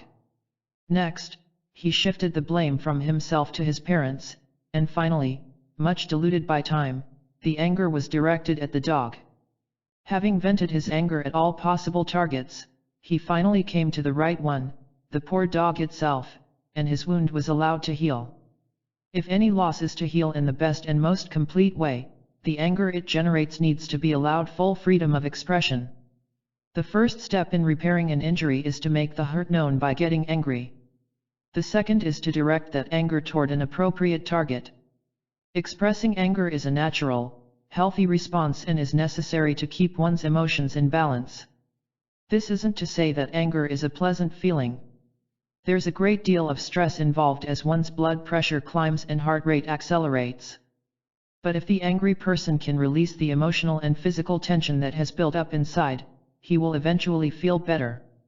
Trouble comes when the true source of the hurt is unavailable to get angry at, or when doing so causes so much unacceptable pain the anger is blocked and the angry feelings fester inside. Some people feel that it's wrong to be angry and refuse to admit to even the mildest annoyance. Others dislike getting angry because it's unpleasant. Some people mistakenly believe it will just go away if they ignore it, or are afraid that if they get angry they'll lose control, create a scene, embarrass themselves or hurt others. Whatever the reasons people give for not getting angry, they are self-deceiving. You can never justify burying your anger. To hold anger back only adds to the hurt that caused it. The defenses that prevent the anger from flowing naturally outward now channel it inward, directing it against you. Someone always pays for anger. Far better it be the one who caused the pain than the one who received it. When you hold anger in, you only punish yourself. How much anger needs to be expressed to balance a hurt? It varies from person to person. Some can merely mention their hurt to the person who caused it and their anger is over and done with. Others have so much pent-up anger that they go into a rage at getting a wrong number. Of course, it's never possible to have a perfect balance between anger and hurt. That would mean one particular loss could be cancelled by one particular feeling. No matter how angry the young boy got over his dog's death, for example, his hurt could never be completely erased. No amount of anger could bring his dog back. But showing no anger over the loss would have been the same as denying it happened, and in the same process denying his feelings. Allowing the anger to flow cleanses the emotional wound and initiates healing. Some people fear admitting hurt because they don't want to appear weak. Ironically, their unaccepted hurt and unexpressed anger over it undermine them and only make them feel less strong, less able to admit future hurt, setting up a vicious cycle that eventually shuts out reality. Although showing anger is necessary to balance a hurt, it's sometimes difficult to know what's appropriate. For example, how do you express anger appropriately at a loved one who has just died from a long and painful illness? Is it appropriate to complain to the heavens for making the loved one of such fragile substance? Is it appropriate to curse the deceased for his physical shortcomings or his neglect in not seeing his doctors sooner? Such angry feelings, even if justified, are difficult to admit when the person who caused them is dead. You feel guilty getting angry at someone who's already paid the greatest price. Nonetheless, we often are angry at the loved one who has died and left us, however irrational or inappropriate it may be. Then how do we express our anger over such a loss? A recently widowed elderly woman was looking for help for her unrelenting grief. When she talked about her late husband, she complained that her eyes burned. Her husband had been a rather meek and simple man who, although he'd done his best, had just managed to provide her with the basic necessities. She would clench her fists when talking about her exasperation in trying to manage a small apartment in a deteriorating housing project. To be angry at her late husband would only have made her sadness greater by increasing her guilt. Because she did love him and his memory was one of the few things he left her that she valued, getting angry at him was too great a risk. So, safe targets for her anger were chosen from the many government agencies and other people she encountered in her daily life. She got angry at the Veterans Administration for not sending enough money, at the secretary in the health clinic for not being courteous, and at her children for not being attentive. Perhaps these attacks weren't always justified, but in time her anger at her husband for dying was dispersed among several people, none of whom seemed to notice the extra anger coming their way, and in this way her grief began to lighten. This process of releasing anger by directing it outward in an appropriate way is central to the whole issue of hurt and anger. If anger isn't expressed but is defensively held inside, it begins to destroy the person it lives in, eroding everything that feels good in that person. Yet some people seem to be angry all the time and are still irritable and edgy. Why aren't they well balanced and happy? After all, they're always letting their angry feelings out. Or are they? Just because a person acts angry doesn't mean that he is settling a hurt in a way that allows him to come to grips with it. Chronically angry people often feel shortchanged in life and blame others for their problems. They seldom receive what they think they deserve. They don't realize that few people in life get much of anything without working for it. But to admit this would require that the person accept some of the blame for his own failure. Usually this is too frightening because it opens the floodgates. If I'm at fault for some of my failures, maybe I'm at fault for all of them. This is too depressing and overwhelming to contemplate, more comfortable to guard against any attempt at self-blame by continually directing anger outward, an anger that becomes a defense and indeed a way of life. Any passing slight adds to the reservoir of pain. Anger is continually discharged scattershot, without ever coming to grips with the original source of the hurt. Confusion, frustration, and escalating bitterness result, searching for a target that can't or doesn't want to be located. The direct appropriate expression of anger, on the other hand, is a necessary part of a healthy emotional life. Don't regret having angry feelings. Everyone gets angry when they get hurt. The only people who don't get hurt and therefore angry are those who claim to have no vulnerabilities. And people with no vulnerabilities have no sensitivity. They also can't respond to another's feelings or share, or be intimate, because they have no access to their own feelings. Sometimes when a hurt is relatively slight, a person may bury it rather than express it in anger. This can become a bad habit, because many small silent hurts can add up to produce a big anger. When that happens, no single cause of the pain seems important enough to justify getting as angry as the person now feels. To let out that much anger at any of the little wounds would seem inappropriate, so it's held in. Which is the way to disaster. When angry feelings are allowed to flow naturally to wherever they appropriately lead, what happens? The answer is different, for everyone has his own style and personality, and so each hurt feels different accordingly. But basically, once the matter is confronted openly, and honestly, the anger, once out, is out. The slate is clear again. Difficulties occur when people try to modify their natural feelings to make them more acceptable to others. In so doing, they vent only part of the anger and still feel trapped. Nothing adds to a person's sense of frustration as much as trapped anger. The person who truly understands his feelings doesn't sit and brood in silence over pain, constructing angry fantasies of retaliation. Instead, he openly confronts the person who hurt him and as quickly as possible tells him exactly what he thinks of the situation with as little fanfare or exaggeration as possible. He does not rub the other person's nose in his misdeed, for example, nor does he play the role of the injured party who now has a right not merely to retaliate, but also to humiliate. People who act out their fantasies of revenge don't merely want to get even, but to destroy. Admitting that you feel this angry is a good first step toward finding the proper perspective. Many people are reluctant to get angry because their fantasies are so violent they frighten and confuse them. They worry they'd really go overboard if they let loose and prove to the world that they are the monsters. They don't realize that their fantasies are the result of the holding back itself. So they do nothing. Both these alternatives, overreacting and not reacting at all, are unhealthy. There are better ways of releasing anger. Here are some points to remember. When someone has hurt you, tell them so directly and openly. You hurt me. And also tell them exactly why. Do this in private. Don't unnecessarily set them on the defensive. It will only make them feel like retaliating rather than listening. Be firm as you need to be to get your point across, but try not to be punitive. If the person denies he hurt you, point out the facts again and say you know what you feel. If the other person tells you you are too sensitive, that he was just kidding, point out that people vary in their sensitivity. One man's kidding is another man's pain. Tell him you want to make him aware of your sensitivities so that he can take them into consideration in the future. If you feel the other person hurt you on purpose, say so. When people hurt others intentionally, they often do so out of anger. If this is the case, ask that he be more direct in expressing his anger next time, telling you the problem without causing you unnecessary hurt. When someone hurts you like this, it's up to you to act in control. The other person is already acting childish. Retaliating seldom solves the problem and often obscures the point that both parties are trying to make.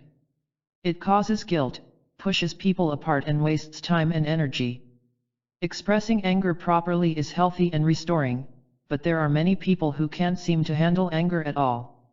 Feeling angry makes them feel badly about themselves, and so they keep their feelings bottled up. People fear getting angry for different reasons, depending, to some degree, on their background and past experiences. Let's go back to the 3 personality types: dependent people, controlling people, and esteem-seeking people. Dependent people are afraid that being angry will prove they are unlovable. They're afraid that expressing their anger will turn away the people they need for nurturing and support. Many of these people had difficulty in being nurtured as children, and grew up with a feeding of insecurity over their own worth as a person. Such people have learned to swallow most of their anger and often feel trapped, helpless and empty. When they do get angry, they're often inappropriate in their choice of target and out of control. Their rage may be directed at a safe target, such as a helpless child, just like themselves. Many child beaters are in this category. People who felt unloved in childhood almost never feel comfortable getting angry at someone they love. Instead, they may act helpless or beaten as a way of getting to others. It's as if they were saying, "See, look what you're making me do to myself." Their approach almost never works. They only succeed in pushing the people they need farther away from them. Dependent people go through life struggling angrily and half-heartedly for their independence. They may feel someone is holding them back, not giving them what they're entitled to. Their anger is very much like a child's who feels mistreated and wants to get even but doesn't know how. Because their goals tend to be so dependent on, they don't make an effort for themselves where it counts. Their anger is turned in on themselves, and their energy is quickly dissipated. As for the controlling people, they tend to equate showing anger with losing control. They try to ward off hurts and anger by elaborate mental manipulations. But feelings simply can't be as controlled as they'd like. Feelings want to be expressed. Trying to control them merely reshapes the way they may appear, but it doesn't change the feeling itself or diminish its impact. People who are especially interested in control seem always to be looking for excuses for their feelings. They intellectualize, rationalize, project, isolate, and otherwise confuse the real issues. They hardly ever see anything in a simple or uncomplicated way. For a controlling person to say, "You hurt me and I am angry with you," is very difficult. To be vulnerable, for them, is to be out of control. Anger is a powerful feeling, and to channel it away from emotional expression by intellectual means requires much energy, consuming fantasy, and thought. These in turn remove you so far from actual events and feelings that you often forget what the hurt was about. The first step in settling anger, the admission of the hurt, becomes the first stumbling block that controlling people need to overcome. It's doubly hard for them because, although they can easily talk about their feelings in words, the words don't translate into emotions. Not only do they have a difficult time expressing anger, they also find it exceedingly painful to accept proper responsibility for hurting another person. If you get angry at a controlling person for hurting you, you may find it an especially unrewarding experience. When you make your point, the controlling person will probably give you a detailed explanation to prove his actions were out of the best intentions. The fault is yours. The hurt inflicted on you wasn't really a hurt at all, but your own shortcoming finally brought to life by his generous behavior that, of course, was for your own good. Confused? You're supposed to be. Controlling people can be difficult to deal with because they are simply so intellectually involved and so far removed from their feelings that they aren't really honest. Worse than that, they have a limited ability to accept their dishonesty and so give defensive excuses when cornered. They see themselves as people who must be perfect and use their formidable defenses to lure you away from any meaningful discussion of their feelings, their anger, or their weak points. When these people do show anger, it's extraordinarily unpleasant. One has the feeling of being in the same room with a mad tyrant. They're unable to say simply, "You hurt me." Their anger is so tied up in intellectualized defenses that it's never really free to be expressed simply and directly. Instead, they lash out in torrents of rage. Such people need to learn to express their anger a little at a time and, most of all, come to realize that they can be angry without losing control, without going to pieces. People most worried about esteem and superficial appearances often suppress their anger by hiding behind an act of some kind. By exaggerating their reactions, they deny their real feelings. For example, they may act wildly, hysterically angry, but when asked about it won't admit anything is really wrong. "I was only pretending," they will say. Such people would rather play the role of an angry person than admit to their real feelings of anger. To reveal their own feelings forthrightly is to risk being judged.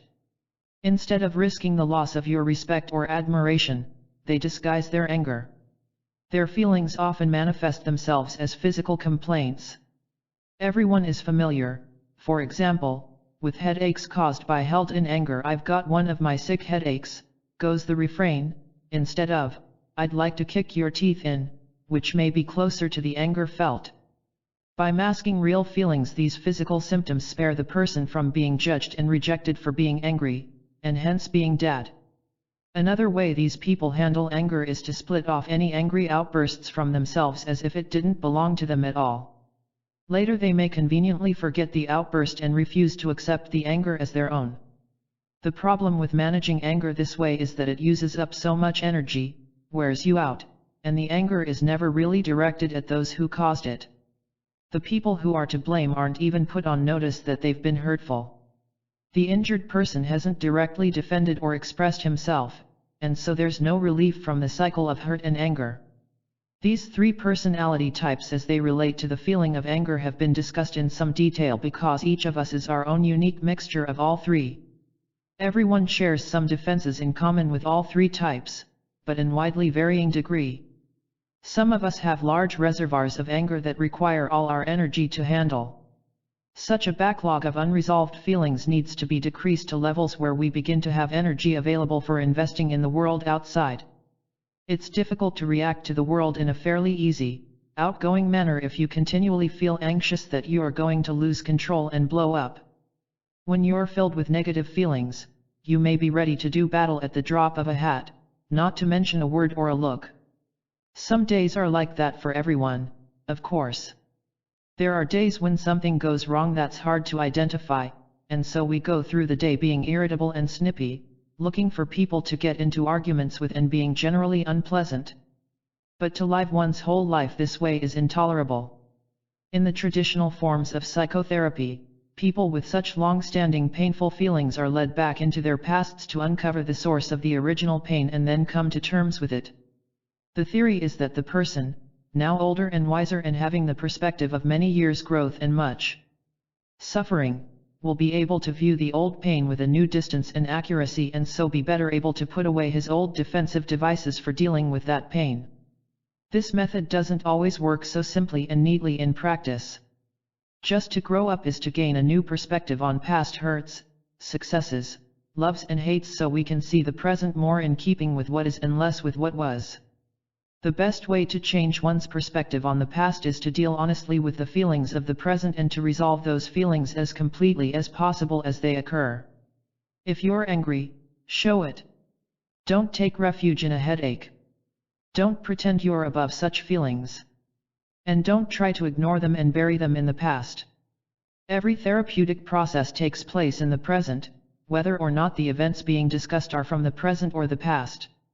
What you should ultimately learn in any form of therapy is a better way of discharging feelings so that the minimal residue remains from emotional encounters and you are free to interact without emotional legacies. The way to change your attitude toward the past is to become as honest as possible in the present. Being totally honest is the best way to live in any case. Existing at levels of lesser honesty takes up too much energy and always relies on defenses. You can't live your best life telling lies, especially to yourself. Becoming totally honest is the first step to becoming free. Expressing your feelings openly is the second. Other people may feel you're overdoing it the first time you express strong feelings such as anger openly. Just remember that most people avoid making any kind of disturbance. Don't make waves, we're told, and your anger, even if it's mild, will appear unusual. Some people will be startled or upset by your honesty. That's too bad. You just try to speak out with the truth as you see it. Most people worth getting angry at, people you care about, will accept or at least tolerate your new attitude. Those who won't don't respect your right to be a person. It may take some months for you to feel natural expressing your feelings, especially anger. When you first begin to be open, you may feel your emotions build and rush to the surface, almost sweeping you away with them. It's tempting to close down and rein them in again. Be brave. Don't hold back. Let them out. The process of learning to express feelings is painful. It requires your determination. Stick with it. It will pay off as trapped feelings of hurt and anger from the past come out and escape piggyback on their counterpart feelings of the present. Now you'll no longer feel as if you must always be on guard to hold back forbidden feelings. As you become more accustomed to being open, you'll be amazed at how little time and energy it takes to keep current with your feelings. Saying "you hurt me" will literally become a matter of course. People who are dishonest will find it more difficult to deal with you and will keep their distance, for which you can be grateful. Life will be fuller and richer because there will be more of you available for the people and things you love in the present. In time something else important will happen. The feelings you now hold in aren't your feelings from the long-forgotten past of early childhood, but the feelings of present, everyday life. The angers of this week, yesterday, this morning are now the culprits. Not large hurts, but little events insult and hurt you every day. It's your faulty pattern of dealing with feelings on a day-to-day basis that causes most of the difficulty in your life, and it can be recognized and adjusted without hauling out all the heavy baggage of the past. The process of growth and becoming is continuous. If we're open to it, it can offer new opportunities to find ourselves and reshape the course of our lives. Just as adolescence offers new opportunities to re-examine the issues of independence, control, esteem, and identity, the remaining years of our lives present chances to redefine ourselves, to seek our freedom and learn to be ourselves without apology. Again, the secret to success in this continuum of growth is to be honest with your feelings at all times. Every time you're dishonest, you create a problem, reinforce a negative energy, or bolster an old defensive system which then distorts reality and interferes with your ability to cope with the world. If you're hurt and don't experience the expected anger, ask yourself why not. Where has the anger gone? Are you hiding it? Are you pretending it doesn't bother you? Why shouldn't you feel angry when you're hurt? Are you afraid of appearing vulnerable in front of a particular person? When you're afraid of opening up in front of a particular person, but have been able to do so with others, it may mean you don't really trust that person. You're afraid that exposing yourself to him would be a risk. He might hurt you further or retaliate. If your natural expression of a feeling is blocked by the presence of another person, that person is keeping you from being honest and free. The inhibitions you feel may actually be his defenses, working to shut you off. Pointing out how his presence inhibits you and makes it difficult for you to be your best and most honest self is your best weapon and most valuable insight. Avoiding people who enhance or encourage your dishonesty is probably a good idea. It's hard enough being with the demanding and unappreciative employer who treats employees like objects, making them feel insignificant, constantly hurting them and using his authority to intimidate them. The employees feel irritable and defensive and tend to perceive the boss negatively even when he has no negative intention. Expressing anger in a situation like this carries its complications, not the least of which is losing your job. If you have an employer like this, you have a choice. You can learn to accept his negative ways without becoming personally involved, or you can change jobs. But of course that's not always as easy as it sounds. Many people feel trapped in a job out of fear of change or because they don't want to lose their seniority. The protective structure provided by seniority and unions is remarkably analogous to our psychological defensive systems. Originally they were constructed to keep us from being vulnerable and to protect us from possible hurt. Then we became dependent on them and found it hard to function without them. We have a way of recreating in our immediate environment the same problems and patterns that imprison us in our own minds. It's true that the way our present society is constructed, even when we become free of our own defenses, our openness tends to bring us into some conflict with the defenses and controlling patterns of the world we're trying to survive in. Still, there's always room for increasing the openness and access to your own feelings and to the feelings of others. That's the real world, the one most accessible, most rewarding and over which you can assert the maximum healthy control for your own good. Often the people we become angry at are people without faces or names, people who pass by so quickly we hardly notice them, the bus driver who slams the door in our face, the police officer with a chip on his shoulder, the nasty waitress, the irritable ticket taker, the obnoxious cab driver, the authoritative lawyer, the pompous physician. All hurt us in ways that make us angry, but we need the services and assistance of these people and are forced to endure their negative manner and hostile attitudes. But how to deal with anger created by people like this? The physician will often become defensive and arrogant when confronted. The lawyer will find some way of getting back at you that you will undoubtedly pay dearly for. In the best of worlds it should be possible simply to tell the person he has hurt you. But many of these people don't really care. What then? To take affront at these episodes and make them a personal issue is the worst thing you can do. You'll end up wasting a great deal of energy and gain very little. Still, even in these situations the moment may come when you can usefully give your opinion of their behavior straightforwardly and honestly. Tell the cab driver when you pay him that you felt he was rude and therefore you're not tipping him. Tell the person who's surly to you, you have a chip on your shoulder, and I'm not going to knock it off. Again, the important thing is to let it be their problem, not yours. Be thankful that your own feelings are settled in ways that leave you human. Aren't you glad you aren't the bus driver, being so angry all the time? If someone willfully hurts you, it's their problem, but to let them gain control over your feelings and make you angry for the entire day, that's your problem. The best way of dealing with such people is to be in tune with your own feelings. If you are, these people can't easily push you over into an angry mood. If your anger starts to build up, here are some ways of letting it out. Imagine the person who has offended you dressed in ridiculous disguises, such as red tights and leathers. Or imagine him at a state banquet, nude and eating with his fingers. A ridiculous fantasy helps dissipate anger nicely and will put a smile on your face that will drive the other person absolutely crazy. Besides, the other person is already wearing a ridiculous disguise by being an angry person. Your fantasy will help you put that into perspective. There are other ways of letting anger out. Write a furious letter, but don't mail it. Keep it and reread it in a month. You can telephone the offending person, keeping the button down, and let all your anger out. Anything that will put you in imaginary contact and release your feelings will work very nicely. Even if you feel silly, try it. You will be amazed at how much better you feel. Pounding a pillow for 10 minutes also provides tremendous release for some people. So does screaming.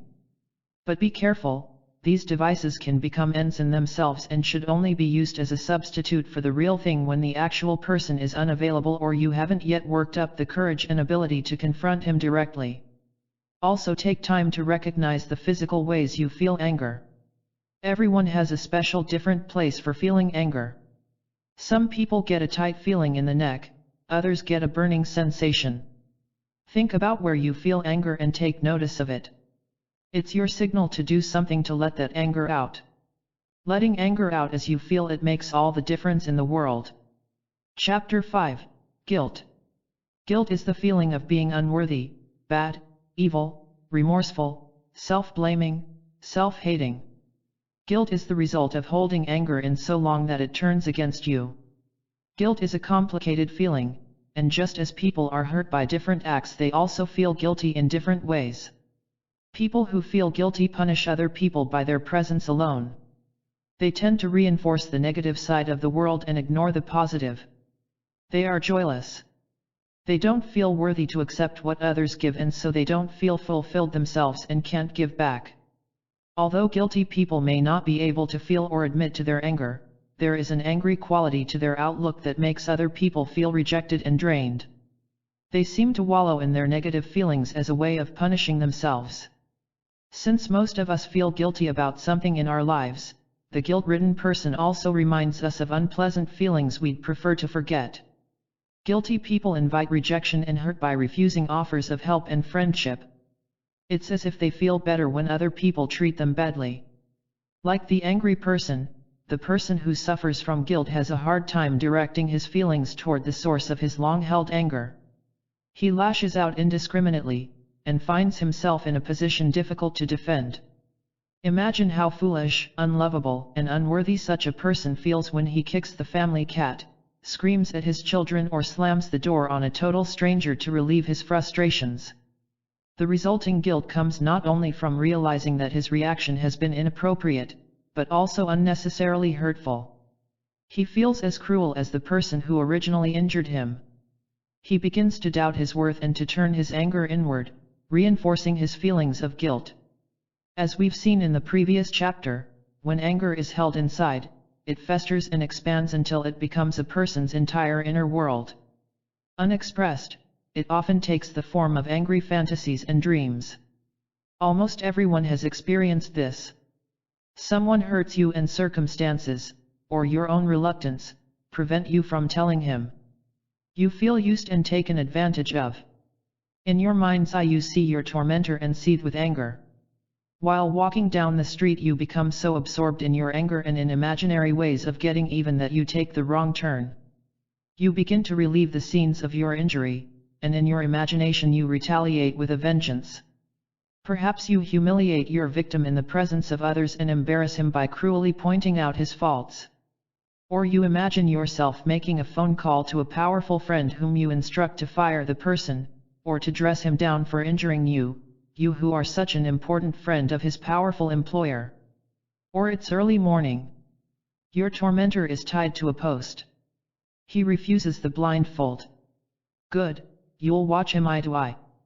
You give the command to the firing squad, ready, aim. Revenge. If angry fantasies are allowed to grow as the hurt and its anger are kept in, they can lead to feelings of guilt. Soon you, who normally picture yourself as calm and reasonable, find yourself entertaining fantasies of physical violence and excruciating torture. The medieval Grand Inquisitors had nothing on you. Your imagination, prompted by the trapped anger, rivals the worst monster of the Late Late Show. Worse yet, you catch yourself smiling in the mirror. You're even enjoying it. What do you do in the face of this sinister revelation about yourself? Feel ashamed, become unglued, or just feel exhausted by it all? You might begin by realizing that the hurt just possibly wasn't intentional to begin with and you're making the situation worse than it really is. Sometimes this understanding is enough at least to begin to relieve the anger, release you from the preoccupation, and save you the guilt. Sometimes it's not. The angry fantasies and the guilt they create may continue to feed on themselves. You may even forget the original hurt that started all this, and become preoccupied and unable to stop thinking about revenge. You also realize you are the one having these bad thoughts. The other fellow merely hurt you, but you're having in a hate world. You feel worse. Now you begin to suspect there's something wrong with you. Maybe you really deserve to be treated the way the other person treated you. Maybe he saw the evil potential in you that you've so nicely demonstrated to yourself. You begin to feel so badly about yourself that thinking about the original hurt actually makes you feel better. A guilty person like you deserved what he got, right? Guilt like this can get a grip on a person and begin to direct energies inward as it begins to punish, often in illogical, uncontrolled ways. Memory selects only negative recollections. Evidence of former accomplishments and good deeds that would support a positive image are more difficult to find. We're so convinced we must be bad that we struggle even harder to cover our anger. After all, we have no right to it. We become more closed, less communicative, more uncomfortable to be around. With so much energy going inward, we only drain those around us. So, severe guilt becomes a terrible trap. If the guilty person begins to express anger, he may feel he's only proving he's the evil person he secretly suspects he is. Guilty people often fear punishment for their anger, which they secretly believe they deserve. They may even act in a way that invites rejection or hurt because they actually feel relieved when they're punished. They seem addicted to unfulfilling jobs and punishing life situations.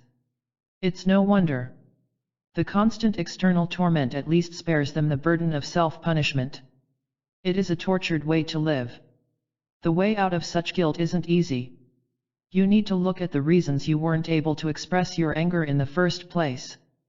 What were you afraid of? Were you unaware you were being hurt?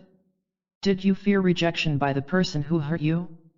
How did you get trapped into holding your anger inside? What did you fear would happen if you let it out? You need to understand something about what got you into trouble before you can go back and try to resolve it. The anger you convey has to be justified by the actual hurt itself, by reality, not by your fantasies. Misdirected anger, unfounded anger make you feel rotten and solve nothing, in fact make you feel worse. The most difficult kind of guilt to resolve is the guilt that's created not by a single incident but by a number of incidents over a long period of time. We become rigid in our pattern of behavior, hold back all hurts and deny all anger. We go through life guilt-ridden, blaming ourselves for everything that goes wrong. It's especially guilt-producing to be angry at someone you feel you're supposed to love. Children and parents, for example. An anxious mother or father may have mixed feelings about their child, might even occasionally secretly wish to be free of the responsibility of parenthood, of adulthood in general. But such parents often can't accept these awful feelings, instead feel guilty and direct their anger inward. To be angry at one's children, many of us have been taught, means to be a bad parent. And to be so angry that sometimes we wish they weren't there. Well, that's a capital offense.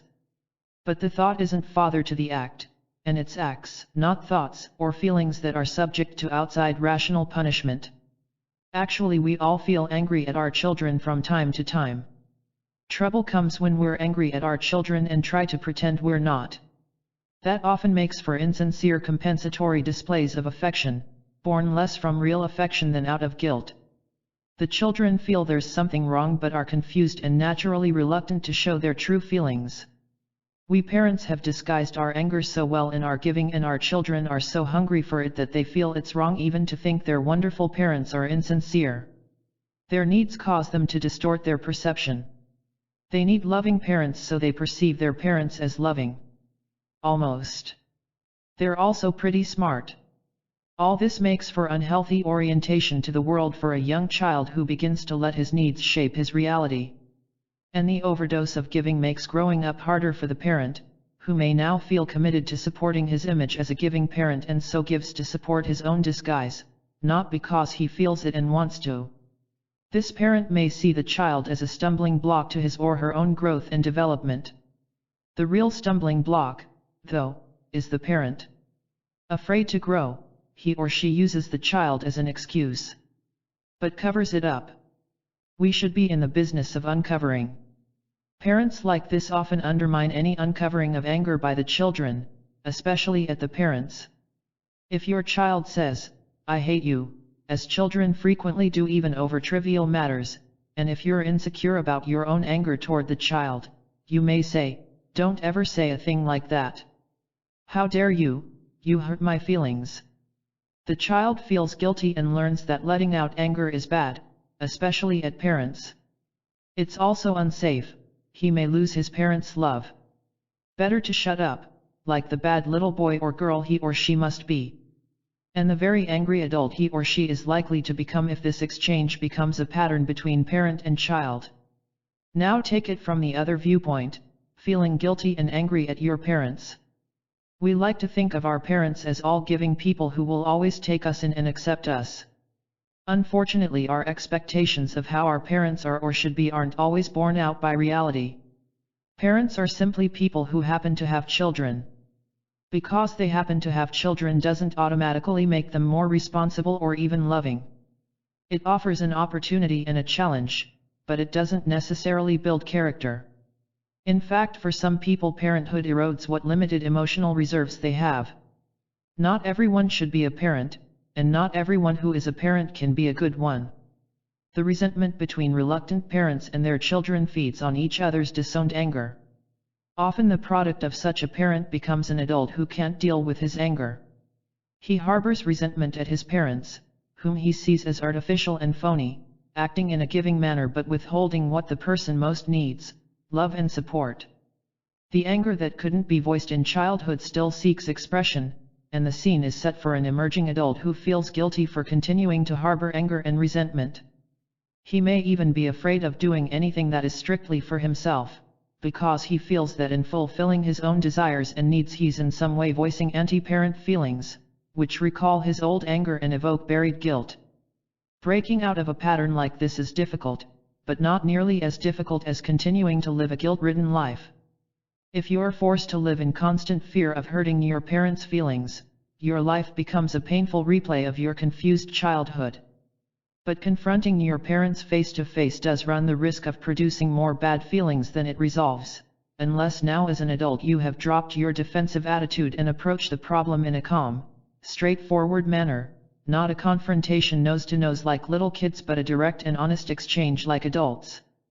Be forewarned, though, parents who produce guilt in their children have a way of acting helpless and hurt when they get older. They can express such a sense of loneliness and isolation that the guilt aroused by a head-on confrontation can be overpowering for you. The best policy is to stop pretending to your parents that you don't feel what you do feel or that your feelings don't matter. If your parents have upset you or made you feel guilty, simply point it out. If you tell your parents and all they can do is tell you how much you hurt them by telling them that, there's practically nothing you can do about that. Nobody's listening to you. If that's the case, if there's not even a willingness, or ability, to listen, then you've little to draw on, except your own capacity for self-punishment if you endlessly persist. What should you do to please such a parent? You'd better go about your business of living the best life you can and hope but not expect your parents will be happy for you. These are the terms to think in, if you're to break loose from the emotional chains that have kept you bound in guilt. Guilt-producing people, such as some parents, are always best dealt with by being perfectly honest and straightforward, though not by being provocative, as if restaging Who's Afraid of Virginia Woolf. Here's an example: a telephone conversation between a woman and her manipulative, guilt-producing mother. It's intended to illustrate that honesty helps to take away the burden of expressing anger and puts the problem back on the parent, where in this case it belongs. Mother: you never called me back. Daughter: I've been very busy. Bobby has a cold. Charlie's getting ready to deliver his talk at the California sales meeting and he's been pretty tense. Mother: well, I decided that it would be a good idea to go to Los Angeles with the two of you. I could come out after the meeting and we could spend the next 2 weeks together. The daughter: who has not included her mother in her vacation plans, is thinking of a dozen different ways to say this. She considers saying, "Look, Mother, we haven't made any definite plans yet, and besides it may not be possible to get reservations." But she knows Mother might question why, and her flimsy excuses would instantly be suspect. She'd be accused of not wanting her mother around, not loving her. She'd then have to overreact to prove to her mother that she really still loved her and make an offer to get together with her if chances permitted. Of course her mother would then investigate the reservation situation in Los Angeles like a travel agent and call back within the hour to announce that she'd found reservations for the three of them. You cannot mess around with a mother like this. They act helpless to arouse pity, but become as inventive as one of Agatha Christie's sleuths if they suspect you're avoiding them. Or daughter tries a direct, truthful approach. "Daughter, Charlie has told me he'd really prefer to be alone with me on our vacation after the meeting, that he works very hard and doesn't want anyone else around but me. That means no children, no mother-in-law, no work." Mother, oh. The truth has stopped her in her tracks for the moment. "But I was planning on it. Besides, I won't be any trouble. Your sister and brother-in-law invited me along on their vacation." Daughter, being straightforward, honest, and also suspecting her sister is still quite sane and wouldn't do something like that, "Then why don't you go with them?" Mother, "Well, it's not settled yet. Besides, I told them I'd probably be going with you and Charles. But if you don't want me to go." Daughter, "Well, you shouldn't have spoken before you knew our plans." It was important for the daughter not to wander from the truth. By telling the truth, she forced her mother to react to the actual situation rather than to any possible defenses the daughter may have had. She didn't try to avoid her mother. Avoiding is an old game and her mother knew it well. The mother's only power over her daughter lay in the possibility of making the daughter catching her at it, and then in a show of hurt, create guilt in her daughter. By telling the truth, the daughter was dealing from her greatest strength. If she said something she hoped would be more acceptable to her liar, she'd have trapped herself in her mother's game playing. She told the truth. If her mother couldn't stand the truth, it wasn't the daughter's fault, the guilt was off her shoulders. She would have to learn to accept her mother's feelings of rejection as the creation of her mother's personality and lifestyle and not feel guilty over them. Remember, you owe no one the obligation to You always owe yourself the truth. Your parents' expectations for you can also lead to guilt. Their plans for you may reflect their own unfulfilled goals rather than your potential or gifts. As a result, you are encouraged to measure yourself against a standard your parents themselves couldn't meet. It was important for the daughter not to wander from the truth. By telling the truth, she forced her mother to react to the actual situation rather than to any possible defenses the daughter may have had. She didn't try to avoid her mother. Avoiding is an old game and her mother knew it well. The mother's only power over her daughter lay in the possibility of making the daughter lie, catching her at it, and then in a show of hurt, create guilt in her daughter. By telling the truth, the daughter was dealing from her greatest strength. If she said something she hoped would be more acceptable to her liar, she'd have trapped herself in her mother's game playing. She told the truth. If her mother couldn't stand the truth, it wasn't the daughter's fault, the guilt was off her shoulders. She would have to learn to accept her mother's feelings of rejection as the creation of her mother's personality and lifestyle and not feel guilty over them. Remember, you owe no one the obligation to lie.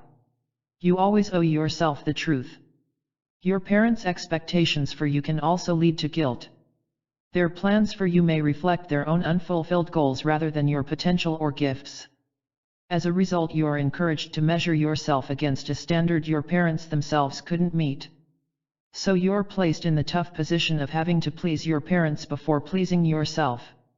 If you're a child of such parents, you may achieve great success in their eyes and still feel miserable about yourself because you don't know what success is in your own right. If you live for your parents, who will live for you, your children? Thereby forms a vicious circle. It's hard enough to try to do your best at a difficult task without having to feel you're letting your parents down by pursuing, and achieving, your own goals. Remember, in the end only you can know what's best for you. When you don't act as you really believe and feel, you can't function at your highest level. To go against what you believe just to please someone else always turns out badly anyway. You can never adequately defend a cause or goal you don't believe in. There are subtle parental pressures that can bind you long after you've grown up and should know better. It makes you feel very guilty to become angry at parents who have made great personal sacrifices to send you to school or help you toward a career, even if they were also actually trying to live their life through you. However subtly hinted, parents' martyrdom doesn't go unnoticed. You feel obligated to make good your parents' sacrifices. My parents shall not have struggled and sacrificed in vain, say you, the noble, self-sacrificing, guilty-feeling child. There's another unhappy consequence even if you manage to fulfill the dreams of your parents, feeling uncomfortable all the way. At least, you may figure, you've not hurt them by going along. They'll now be proud and pleased that you are a doctor, dentist, pharmacist, plumber, garment worker, teacher, whatever. Not necessarily so. You may have done so well that your success is seen by your parent not as a fulfillment of his dreams but as a put-down of himself. To succeed in pleasing can be to succeed in displeasing as well. How do you feel then? How can you win in a situation like that? You can't. You can mostly feel anger, pain, and guilt. It's better to try being yourself. It's true, of course, and it's natural that when we're young we look for acceptance and understanding from our parents and tend to trust their advice and guidance above all others. And chances are your parents had the best of intentions about you, just as they did about themselves. But they're only people, only human, some wise, some not so wise. All tend to have the same problems and blind spots where their children are concerned, whatever the varying degree. All sincerely believe they have only their children's best interests at heart, but that does not make it so, and it can make for an enormous burden on the child. Torn between finding himself and pleasing his parents, he has insufficient emotional support to pursue his own interests and insufficient talent to succeed in the areas his parents do encourage. He may never have the experience of performing at his best. Instead, he feels defeated or worthless. Worst of all, he may feel unable to justify pursuing what he loves. By not developing what abilities he may have, he even begins to doubt these. He's unhappy, feels incompetent. He's also angry at his parents, whether he admits it or not, and if not, eventually feels guilt over his anger. To get out of a bind like this, you've got to learn to believe in your feelings and accept yourself as you are. If your parents haven't yet accepted themselves, how can they ever accept you anyway? If they need to prove that they could have succeeded had circumstances only been different, then they need you to live that missed chance for them, which, of course, won't work for them or you. In any case, the purpose of your life isn't to justify theirs. Becoming acceptable to yourself is enough of a responsibility, and it should be your first priority. What is your life worth if it's ruled by anything other than the search for the truth about yourself? Obviously, though, somewhere along the way it's not unlikely your parents will be hurt. But the truth is that their deep down hurt is not so much over you as it is over their failure to fulfill themselves. That realization often is a long time in coming. But by allowing yourself to support their unrealistic expectations of the world, you have only at best delayed it and prolonged their unhappiness. It's foolish to lead your life to protect your parents from looking honestly at theirs. Maybe they don't want to, or can't. That's understandable. It's also true, nonetheless, that accepting each other as you are is the best and only realistic way. You will probably have to take the initiative. It's risky, it hurts, and you can be hurt. If you try it with them, approach with caution. But don't hold back living your own life. If you're afraid that acting in your own best interests will hurt others, that fear can inhibit you from acting at all. It's natural to feel anxious about risking the love of other people by acting in a way you're honestly convinced is in your best interests. There needn't always be a good for you, bad for them equation, but it's often the case, at least from the other person's viewpoint, and it can be a considerable bind for you if you allow it to overwhelm you. Such binds can be excruciatingly painful for young children. Consider, for example, the child who continually is told by his parents something to the effect of, "If you're good you'll act the way we want you to, and of course you're good because we wouldn't love you if you weren't." Instead of learning to judge right from wrong on the basis of his feelings and experience, this unfortunate child is encouraged to suspend his feelings and judgment and accept his parents without question. Trouble comes when he wants to do something his parents won't approve of. If he goes ahead, he worries he may lose his parents' love. If he suppresses his own desires, he undermines his ability to grow from his feelings and experiences. He gets caught in a bind and becomes confused and ambivalent about taking any action at all. To resolve ambivalent feelings, nothing is as helpful as a strong sense of oneself. Such a self-view doesn't form overnight, and no one self-view is fixed. Everyone has the capacity for growth and for redefining himself by an honest encounter with reality. If you don't avoid ambivalent issues but meet them directly and try to solve them, they will become fewer and fewer. The questions on which most ambivalence is based are universal: am I good or bad? Weak or strong?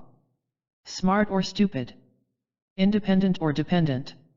Free or controlled? If you're uncertain about the answers to these questions, you'll feel ambivalent whenever they confront you. Because people are afraid that in facing the truth about themselves they may find themselves lacking, they tend to avoid such basic either-or questions. Facing them is the first and often most important step in solving them, and accepting the answers, however difficult, is the best way to decrease the unease of ambivalence. What is it you want for yourself in this life? What are you doing to get it? What is in your way? Who put it there? Why have you waited for a crisis to force you to act? These are the larger questions that follow the first ones. Again, by facing them you begin to help free yourself from the paralysis of ambivalence. The questions beg for the answer: decide who you are, what is best for you. There is, of course, an important balance to be found between allowing others to run your life and acting without concern for anyone but yourself. This chapter is not an invitation to do whatever you want to avoid guilt. The modifying considerations, as always, involve treating others with mutuality and compassion, learning to love and respect yourself and your potential, nurturing yourself as a precious gift, and treating other people in the same way. Don't allow other people to use you or coerce you into denying your feelings out of fear of hurting them. But be certain you don't run over them in the process. Your freedom from guilt doesn't depend on their abuse. The most common sort of guilt comes from realizing you've done something truly hurtful to another person. To deny responsibility for that hurt only reinforces your sense of guilt. The best way to relieve yourself of such guilt is to accept the blame for your actions, to apologize and to repair the damage you've done. This has a remarkable way of easing inner tension and making all parties feel better. All of us feel guilty at times. Our guilt becomes a problem only when we don't understand it. We've seen that most guilt results from anger that hasn't been sufficiently expressed. If you feel guilty, find out where your anger is coming from. Understand how you were hurt. Make appropriate amends if you've hurt someone. If you feel guilty because you've let someone down, reconsider according to whose best interest you were acting in and by whose lights you let someone down. At least look at the situation. Just possibly you may not have been entirely at fault. Possibly you've not been at fault at all. People who make you feel guilty often use being hurt as a weapon. Producing guilt in others is a powerful and cruel device. It causes feelings to go underground, clouds up the issues that caused the original anger. It's very difficult to settle conflicts with another person when you are led to argue from your weakest, most defensive position. When someone plays on your guilt, they draw out a less mature, more defensive person from inside you. The guilt brings out the childish part of you, the person who is most afraid of being punished and most fears being unlovable. It is also the part of you that eventually, if the person keeps it up, may be tempted to strike back in kind, which then evokes the same response in the other person. You hurt me, I hurt you. Eventually both of you become guilt-ridden, and no anger gets resolved. The only thing to do in a situation like this is to be clear about your feelings and to state them clearly. Point out that you believe the other person is using his guilt to hurt you, and that no matter how much hurt you might have caused, it does not justify retaliation by overkill in a guilt-producing way. One of you has to take the responsibility for setting limits. The person who is healthier, who has the best understanding of his feelings, should say enough is enough, and stop. It takes two to argue. Hopefully that healthier party will be you. Even so, after all the good and right and healthy things are said and done, most of us will continue to feel some guilt when we get angry at those we feel we're supposed to love. I hope it's clear by now that we've got to express our anger and hurt regardless of who hurt us. The proper expression of hurt redirects negative feelings outside of ourselves and is vital to restoring our emotional balance. It's true that expressing your anger may sometimes be perceived as hurtful by others, but you can't afford to take on their burdens, not at the expense of your own life. Your ultimate goal in life is to become your best self. Your immediate goal is to get on the path that will lead you there. Why should you feel guilty if you refuse to be intimidated by a person who persists in standing in the way of your being that best self, or who is hurt when you finally manage it? You'll never really please such a person, even if you diminish yourself forever. If your healthy growth is viewed as a hurt by someone, that will have to be their problem. The highest love a person can have for you is to wish for you to evolve into the best person you can be. No one owns you, no matter what your relationship. You are not here on this earth to fulfill the unmet dreams of a frustrated parent or to protect another person from facing the reality of himself or the world. You are here to develop and grow, to do your share to make the outside world a better place to live, to make the immediate world you live in, the world that is you, as honest and as true to your feelings as you possibly can. Of course, compromises must be made with resources of money and time, but hopefully your life goal won't substantially change or be deviated from. If that happens, your life, no matter how hard you try, will only be an excuse for the truth of what you are. Your contribution to your loved ones will be limited by that lack of truth, and you will be on the embittering road to deep anger and its partner in the killing of your dream guilt. It needn't happen. Don't let it. Chapter 6, Depression. Depression is the feeling of being unhappy, melancholy, down in the dumps. Like guilt, depression occurs when anger is trapped and turned inward. In this case, the anger becomes hatred and begins to rob life of its meaning. It takes energy to make one's world a livable place, and the depressed person has little energy to invest. Obviously, when a depressed person and a happy person look at the same autumn landscape, they are reacting to the same external world. Assuming that their senses are intact, the sensory impressions they receive are largely the same. Yet there is a great difference in the world each finally experiences. The happy person looks at the landscape and sees in it a reflection of his good feelings. The depressed person finds only additional reasons for being depressed as he calls to mind people now absent, his inner emptiness, his worthlessness, and worst of all, the contrast between his inner sadness and the brilliant world around him. Our moods color our world and shape our reality. In depression, energy seems turned against the self. Rather than allow his feelings to flow naturally, the depressed person regards each angry feeling as proof of his worthlessness and recoils from expressing any anger.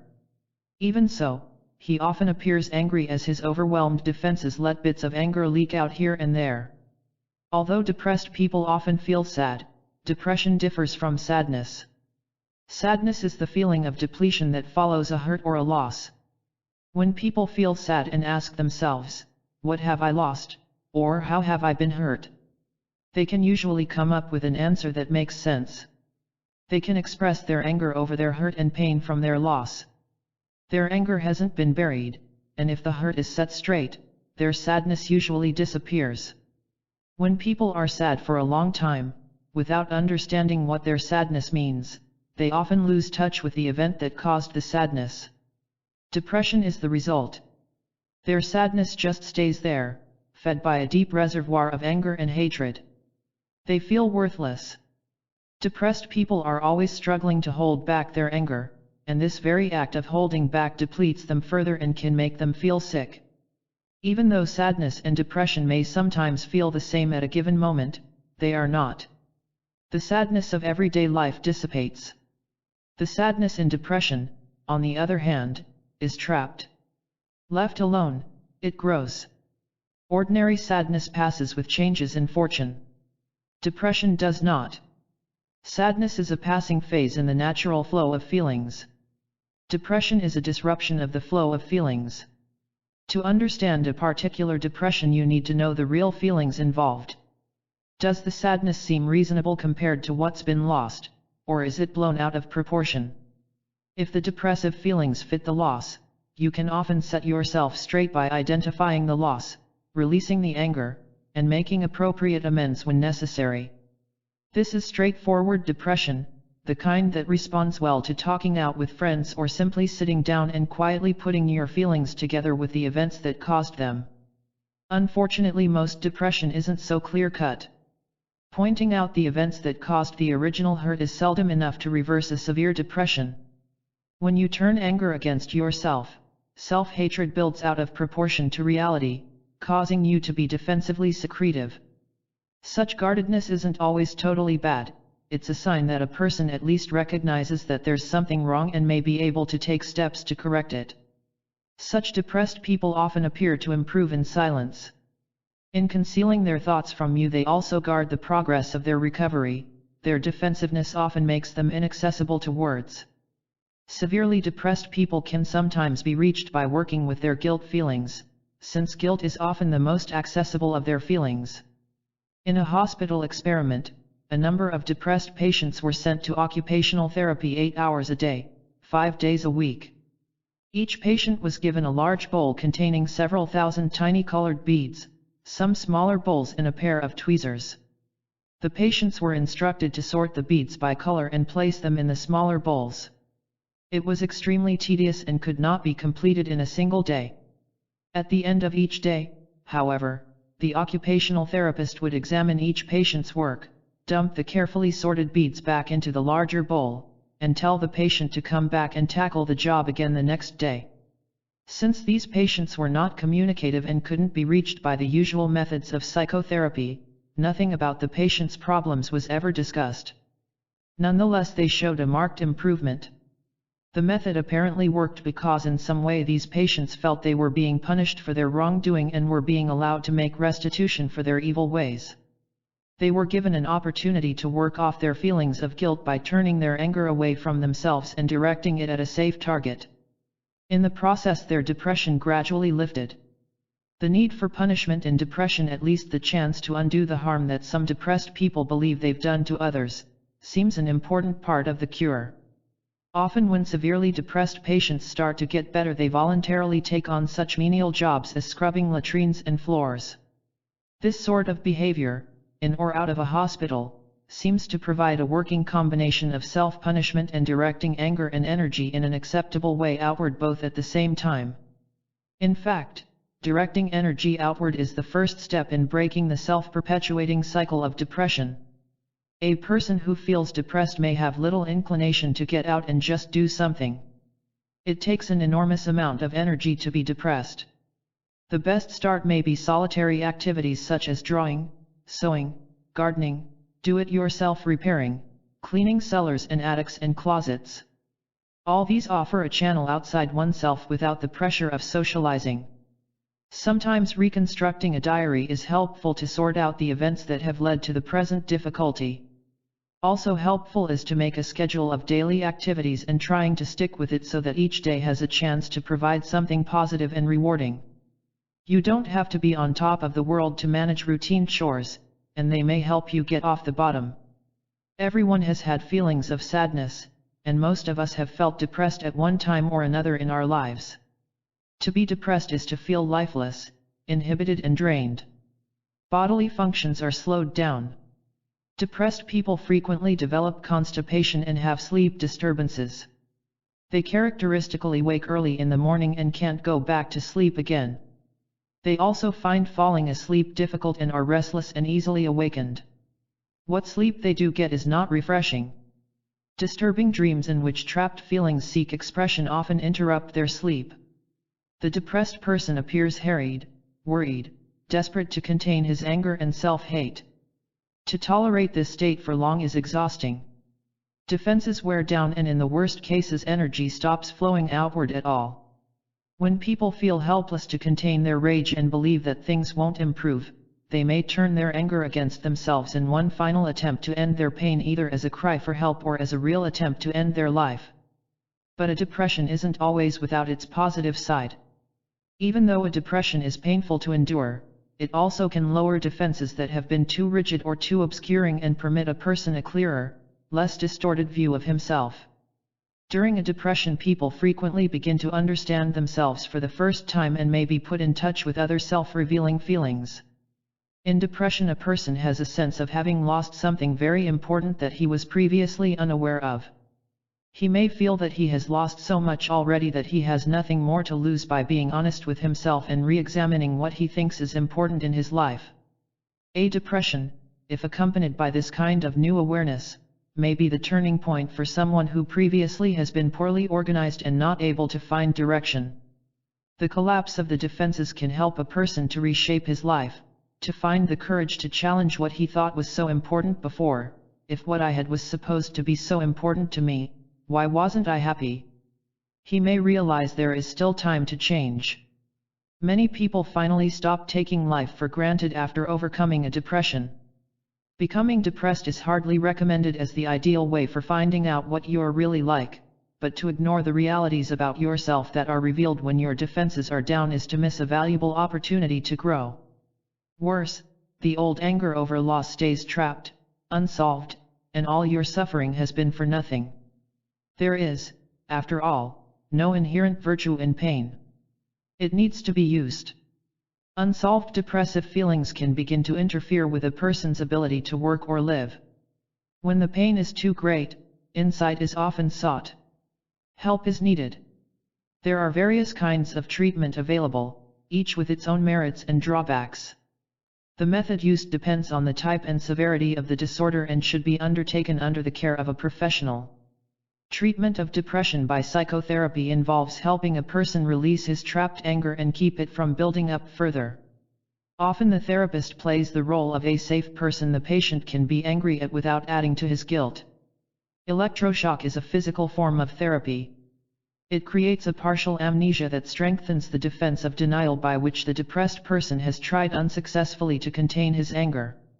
This artificially induced forgetfulness helps suppress the anger and guilt the patient has been unable to deny. It may help the patient with psychotic depression feel better momentarily, but it leaves him with less of himself to work with because of the partial memory loss. Frequently, when the effects of the electroshock wear off, the patient becomes depressed again. Electroshock therapy can also make it more difficult for psychotherapy to work later on because it interferes with one's ability to remember and resolve painful feelings. Like psychotherapy and electroshock, the treatment of depression with antidepressant medication is only partially effective and works with some patients and not with others. The effectiveness of antidepressant drugs is often psychological, beginning with the doctor. It gives the doctor something tangible to treat a patient with, and he thereby may tend to project a more confident attitude, which in turn may help the patient believe in him. But too many drugs are given these days. An antidepressant, imipramine, has been shown to increase the amount of anger expressed in a depressed patient's dreams, which then gradually decreases as the patient improves. This suggests that some of the improvement with this medication may be the result of depleting through dreams the pool of anger that has been fueling the patient's guilt and depression. Chlordiazepoxide, a widely used tranquilizer, seems to increase the anxiety expressed in patients' dreams, dreams that in this way apparently allow the patient to express feelings forbidden elsewhere. Generally, both doctors and patients rely too much on medicine and technology and too little on humanness and the understanding of how feelings work. In depression, as mentioned, going to the depths of your feelings and seeing your inner world as it is may allow you to make decisions you were totally incapable of making before. People recovering from depression often are able to say, "I've been punished enough by my own feelings, now it's time for me to do something for myself. I know what's making me miserable and I know I can't go on living my life the way I have been. That would make me a phony, a fake. I don't want to spend the rest of my life pretending I should be happy fulfilling someone else's wishes for me. I don't want to spend the rest of my life trying to correct the uncorrectable mistakes of my past. I want to live the life that's mine.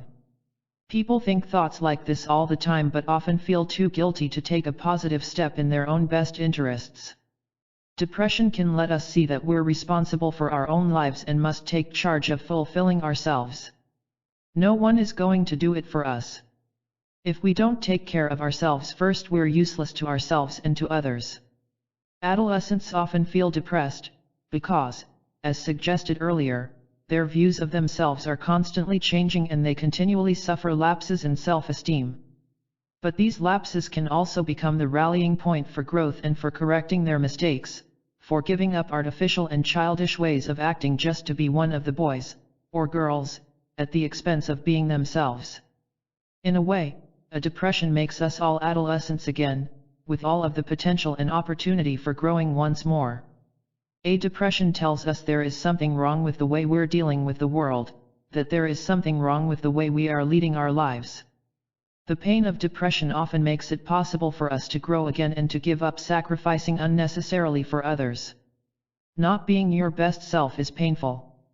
To accept the responsibility of your own feelings and to decide to find what is best in you is the best legacy of a depression. To be your best self means that you become honest with your feelings. That you step in their own best interests. Depression can let us see that we're responsible for our own lives and must take charge of fulfilling ourselves. No one is going to do it for us. If we don't take care of ourselves first, we're useless to ourselves and to others.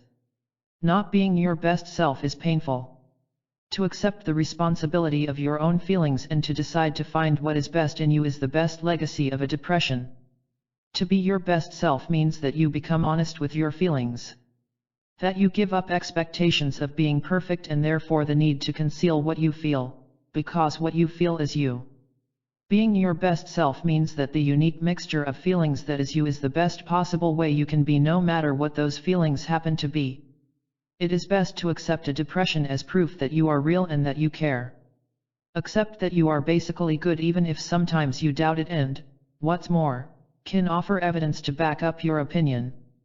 The problem is not that you are bad, but that you feel that you are bad and that this self-prejudice has caused you to become lost in your guilt. Take courage to grow again. Chapter 7. Getting out of emotional debt and becoming open. Once you've learned to understand your feelings and to be open and honest in expressing them, you can become free of the emotional debts of your past and increasingly clear in your perception of the world. Once you're free of the need to distort and have no preconceived expectations of reality, life becomes uncomplicated. The present moment, now, seems to become elongated as you become ever more available to yourself and to the people you care about. Life becomes fuller because it's more fully experienced. Whereas once you avoided pain and shut off part of the world to contain it, now you're free to feel all your hurts and losses, settle them, and move on to the next moment in life with minimal baggage from the past. Most important, once out of emotional debt, you're into yourself, into really knowing yourself. It's easier to make decisions that are in your best interest, to shape your life so it allows you the greatest opportunity for reaching your full potential. Without honesty in the acceptance of your feelings, followed by their understanding, none of this would be possible. We all get into emotional debt from time to time. Emotional debt is a condition of imbalance in which feelings are trapped instead of expressed. Keeping feelings from being expressed naturally employs defenses and drains energy. The more feelings are held in, the less energy you have to be yourself and the less free you become. If you're in emotional debt, either your feelings will eventually escape in the wrong direction or your defenses will become so rigid that you can't interact spontaneously. Getting out of emotional debt is less complicated than it sounds. We remain trapped by unexpressed feelings from our past partly because we're afraid to express those feelings, and partly because we don't understand how feelings work. If you can understand how feelings flow in response to loss, and are able to accept your anger at being hurt, you're already on the high road out of emotional debt. It's when hurt and anger aren't expressed honestly that emotional debt is piled up in the first place. The first step in getting out of emotional debt is to allow yourself to feel whatever you feel without making a value judgment. Don't try to feel, simply feel. Don't be afraid to feel because you think a particular emotion will show you in an unfavorable light. Your feelings can tell you a great deal about the world and yourself, but they shouldn't be considered evidence to prove your worth. Just because you have angry feelings doesn't make you a bad person, nor do altruistic feelings necessarily make you a good person. To get out of emotional debt, you need to accept yourself, your humanness, including shortcomings. You need to accept the idea that imperfect as you are still worthwhile and that you and your feelings matter. You have to take responsibility for your feelings and learn to love yourself enough to act on them. This means that if you feel something, you need to have the courage to express it. How can you possibly grow if you don't admit to your own feelings and take responsibility for them? You can't fix feelings you don't own up to. Letting out feelings can certainly be frightening, for it's in the arena of the feelings that people tend to feel least in control and so most fearful. It's also at the point where we reject our own feelings that we erect our defenses, and if we allow them to become entrenched, they put a wall between us and our feelings. When we're too distant from our feelings, then any feeling that gets through, no matter how small or ordinary, has the capacity to throw us off balance, to confuse and even immobilize. People who are massively defended against their feelings use up all of their energy just to stay intact. They dread feeling anything. It's hard enough just to get up in the morning. They tend to be more afraid of their feelings than of the events that cause them, and so they do little to resolve their problems. Instead, they waste their energies trying to convince others that they're not afraid or hurt or angry or sad. If they allowed themselves at least to begin to express their hurt or anger as they felt them, the stockpile would be reduced, as well as the accompanying defensiveness and stress. People burdened with withheld emotions are usually under continual stress, covering up as they are for something they think is unacceptable. Their emotional life is so guarded they don't see the world as it is. They think it's the world outside that's got them so tense and nervous, when actually the trouble originates within, where, so long as it stays unacknowledged, it also remains unrelieved. To get out of emotional debt, you need to believe neither you nor the world will come unstuck if you give expression to your feelings. Expressing feelings appropriately rarely leads to losing control. Getting angry and crying, for example, is not being out of control but merely expressing intense feelings. Some people don't think it's nice to have such strong feelings. Such a notion of what's nice is itself stifling. The very fear of losing control often can result from denying the urge to let out feelings. The trapped feelings only build up to trip off arguments, explosions, and magnify hurts out of proportion. And all of this tends to give the inhibited person the impression he's out of control, which in a way, he is. The sensation of any feelings being expressed comes as a surprise and tends to unnerve him. Getting out of emotional debt and staying open, they're the objectives for all of us who want to free ourselves from the crippling burden of unreal expectations born in our past. No matter how terrible your past life has been or how rigid your upbringing, there's plenty of basis to hope for growth if you can learn to accept your feelings and stop apologizing for them. If you can't even be free to feel what you feel, you're in bondage regardless of the freedom of the society you live in. Whoever finds you unacceptable because you express them is a person who doesn't want you to be real. You can probably do without them. The happy consequence of getting free of burdensome emotions is to become open. To be open, you need to understand what you feel, know where the feeling comes from, and be able to express that feeling to whomever is appropriate. In solving problems, you can now rely on your feelings to indicate the right direction. The intellect and its tool, logic, can be led astray. They need the active collaboration of your feelings to keep them from altering reality to suit false needs. Feelings tell the truth. When you are open, needs still exist, but you can perceive them clearly because you are open to your feelings that define and interpret them. Being open is to be in continuous contact with the world around you through your feelings. You are continually rising to a higher, unencumbered level of perceiving the world, with a view that is less and less defensive. As you become open, you depend less on what others say and more on your own sense of the world, on what your feelings say. When you are open, you are less anxious. You need only to stop and ask, what am I afraid of losing? What is threatening me now? How may I be hurt? Am I in some sort of danger? Am I afraid of accepting some part of myself? Am I afraid of assuming responsibility for doing something that hurt another person? Am I afraid of taking and handling blame for some act or word because of the feeling of guilt? As you ask, with an understanding of the relevant feelings and how they operate, and free of the weight of emotional debt, you can answer your questions near automatically to resolve your anxiety. The more frequently asked, the more easily and automatically answered. If you exercise your muscles, they're toned and behave more efficiently for you. If you train your mind on hard problems, you make it a more efficient tool as well. In similar fashion, if your feelings are operating freely, your emotional health, well-being and personal development have got to respond to this openness. That voice of your inner feelings speaks for the you that has the greatest chance of making a success of your life with the least wasted effort. You don't need to create this person because you already are this person. It's only your defenses that stand in the way of expressing this higher self in you. Once expressed, it can be refined and shaped further, but it's there or it isn't from the start. There are no great mysteries in life really, just doors to open to explore each step in your growth. Each new step is taken with a little pain. Just as it takes some energy to block an emotion, so it takes energy to free one. Even if you know what's blocking your progress, you can't grow until you give up the defenses that are holding you in place. Giving up defenses allows you to see yourself as you are. This can be frightening, but it's necessary if you really want to move on to the next step. Each step is taken by experiencing openly and honestly the feelings that have previously been concealed. The way to discovering the truth begins with being honest with your feelings.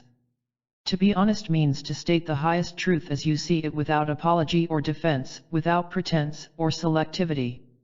To bombard other people with painful revelations about themselves may be telling the truth, but only a selected part of it. The greater truth may be that you are merely being hurtful out of a sense of anger that you may not be expressing appropriately. The highest honesty is seeking beyond your own distortions without illusions. Feelings without honesty are defenses. The world without honesty is an illusion. Memory without honesty is only a fantasy. Time without honesty can never be now. Space without honesty can never be here. Love without honesty is possessiveness. Without honesty there is no real growth. Without honesty there is no freedom. Without honesty there is no hope. Without honesty nothing is real. Without honesty nothing is. When people become honest, they can begin to experience the same reality. When two people share the same reality, they not only validate their individual lives but life itself. With honesty, not only our sense of reality grows, but so does our strength and self-acceptance, reinforced by others who are on the same journey. The journey begins the same way for all of us, by asking ourselves with as much honesty as possible, along with new understanding, what do I feel? Where is that feeling coming from? Is it familiar? In what way? When did it occur before? What event is linked to it? Is that event a threat of a loss, an actual loss, or a hurt, or some other feeling? You know now that the feeling of anxiety will usually be attached to the threat of a loss, that sometimes just remembering an old loss can recreate the original anxiety. Usually this means you haven't yet completely accepted the loss and that your anxiety can't be settled until the loss is totally accepted and your grief is allowed to surface. You also know that if the event recalled involves hurt, the blocked feeling is almost always anger. Allowing the anger out is the way to clear the persistent feeling of hurt. And if the painful event involves much anger, there is likely to be recollections both of hurt and guilt over the anger. Again, the way to clear these feelings is to accept the loss and hurt, and to express the anger. There's no mystique to this method. Any sentient, normal person can use it.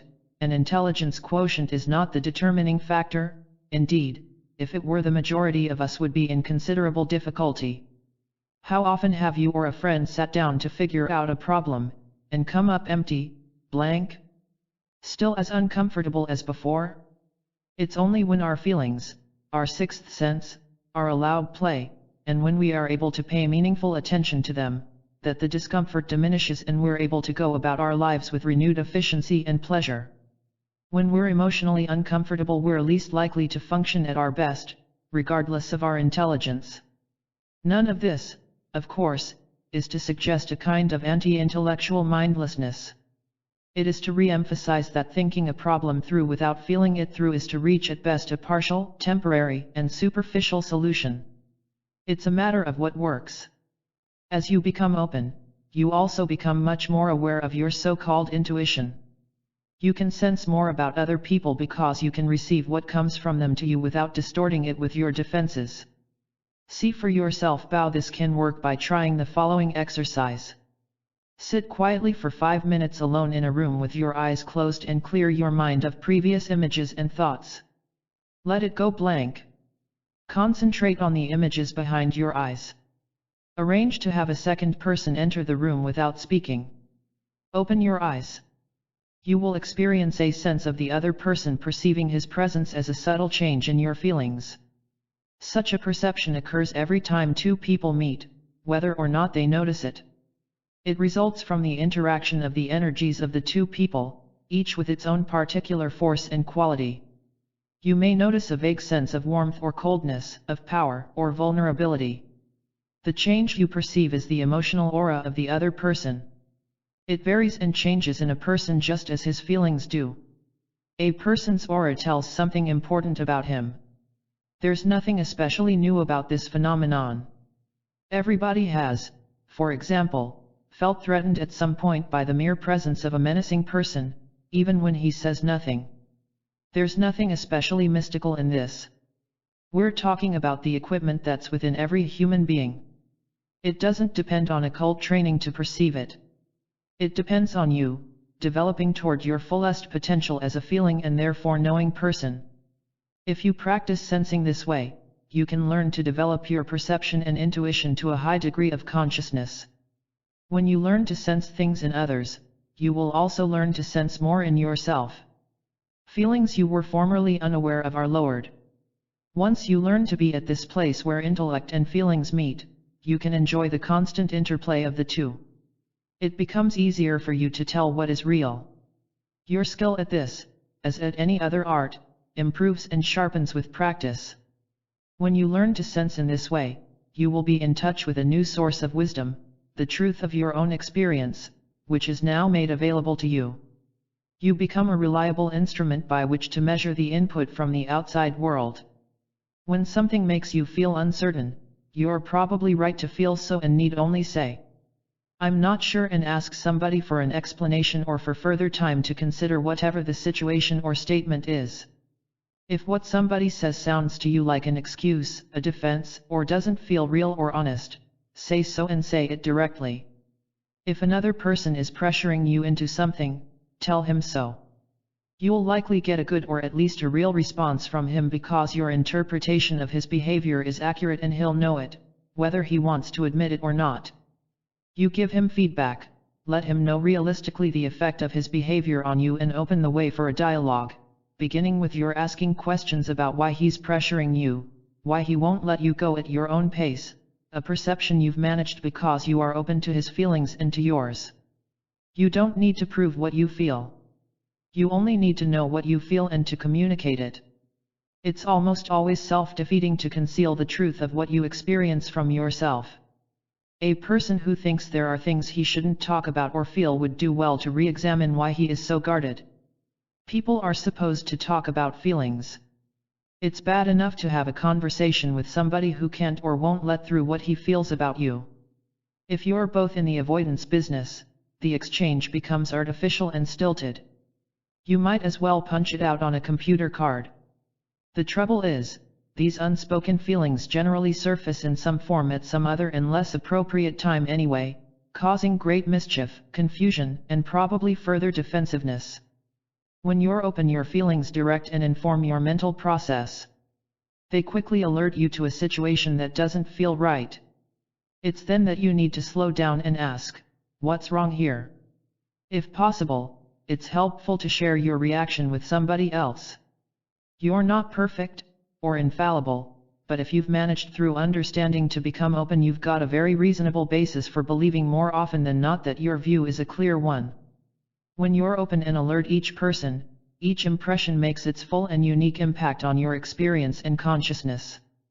If you have learned how feelings work, you'll be able to understand and handle the behavior of others, whether, for example, they're hurting you out of anger, or trying to make you believe you hurt them so they can avoid their own feeling of guilt.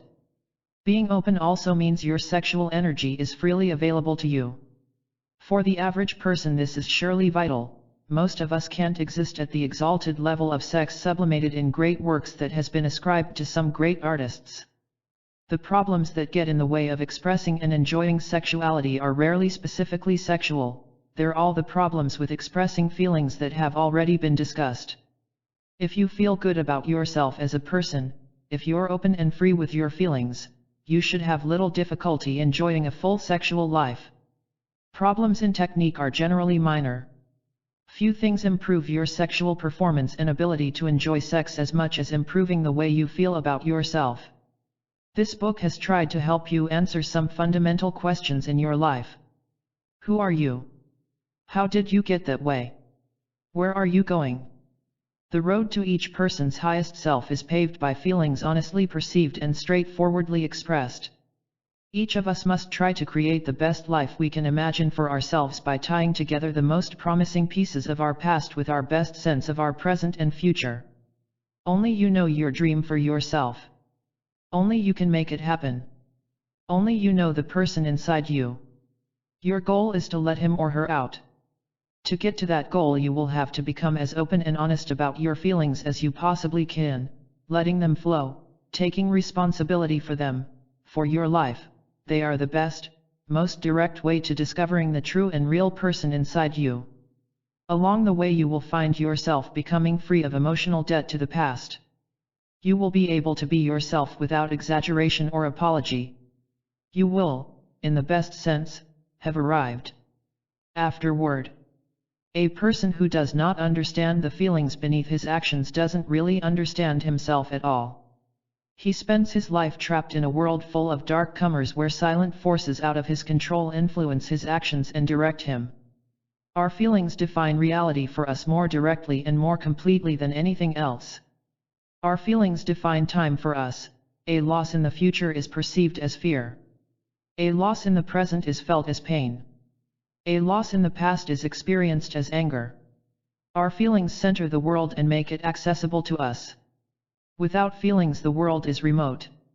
Life should be lived in the present, for it is only in the present that we're able to exert any control over our lives. We can't change our past, and the future is continually formed in the present. We need to learn to invest our energy in the present, where it will do the most good. If we take care of the present honestly and without pretense or apology, the future will take care of itself. All the creations of man's genius and acts of compassion over the centuries, while pointing to his promise, don't change the fact that he's forever stuck with a finite mind in an infinite system. His highest sense, his creative sense, while it may have provided him with some intimation of immortality by allowing him to create things that outlive him, seems to have offered him little in finding a way to bridge the gap between his intellectual limitations and the infinite forces working on him. Perhaps this gap can never be closed. Perhaps no one can ever really comprehend the cosmos or understand why we were made aware of our journey through it. Nonetheless, we're alive because we feel life, and ought to take care to preserve what gifts we've been allowed.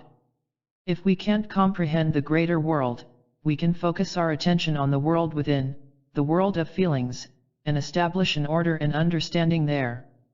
If we can feel and be ourselves and permit our feelings to flow where they seemed naturally inclined, we will find ourselves better people, by being the best of ourselves. Perhaps this, after all, is the best we can aspire to be our best selves. In the freedom of being our best, we can allow other people to be whatever they are. We assume responsibility for our lives and act on our feelings, doing what feels right to us, making the important decisions in our lives in our own enlightened self-interest. It is only after we each ensure our own survival that we can freely help others in a way not determined by our own needs. Greed is seldom seen in people who have fulfilled themselves. To be rich is to need nothing. It is impossible to acquire everything, though some people still vainly try, but sadly too few people are willing to take the risk of becoming their best selves, to discover who they really are and use their feelings as their best guide in that search. Each of us has the right to take his own life seriously and to discover what it was that he was designed by nature to do. If everyone followed the suggestions of his inner voice, his world would change very much for the better. So, I suspect, would the world outside. If we each used our feelings as a guide to reach the path for becoming our highest selves, we would at least be on the way to finding fulfillment in our own life, and the greater world would begin to make sense. A person who is not comprehensible to himself cannot expect to experience a world that makes much sense. If each person followed his feelings, he would find the direction he is really looking for, without dogma, cult, government, or guru. The light you are seeking is inside. The light is life, is love, is you. Find it, nurture it, share it. To seek it is to take part in the infinite.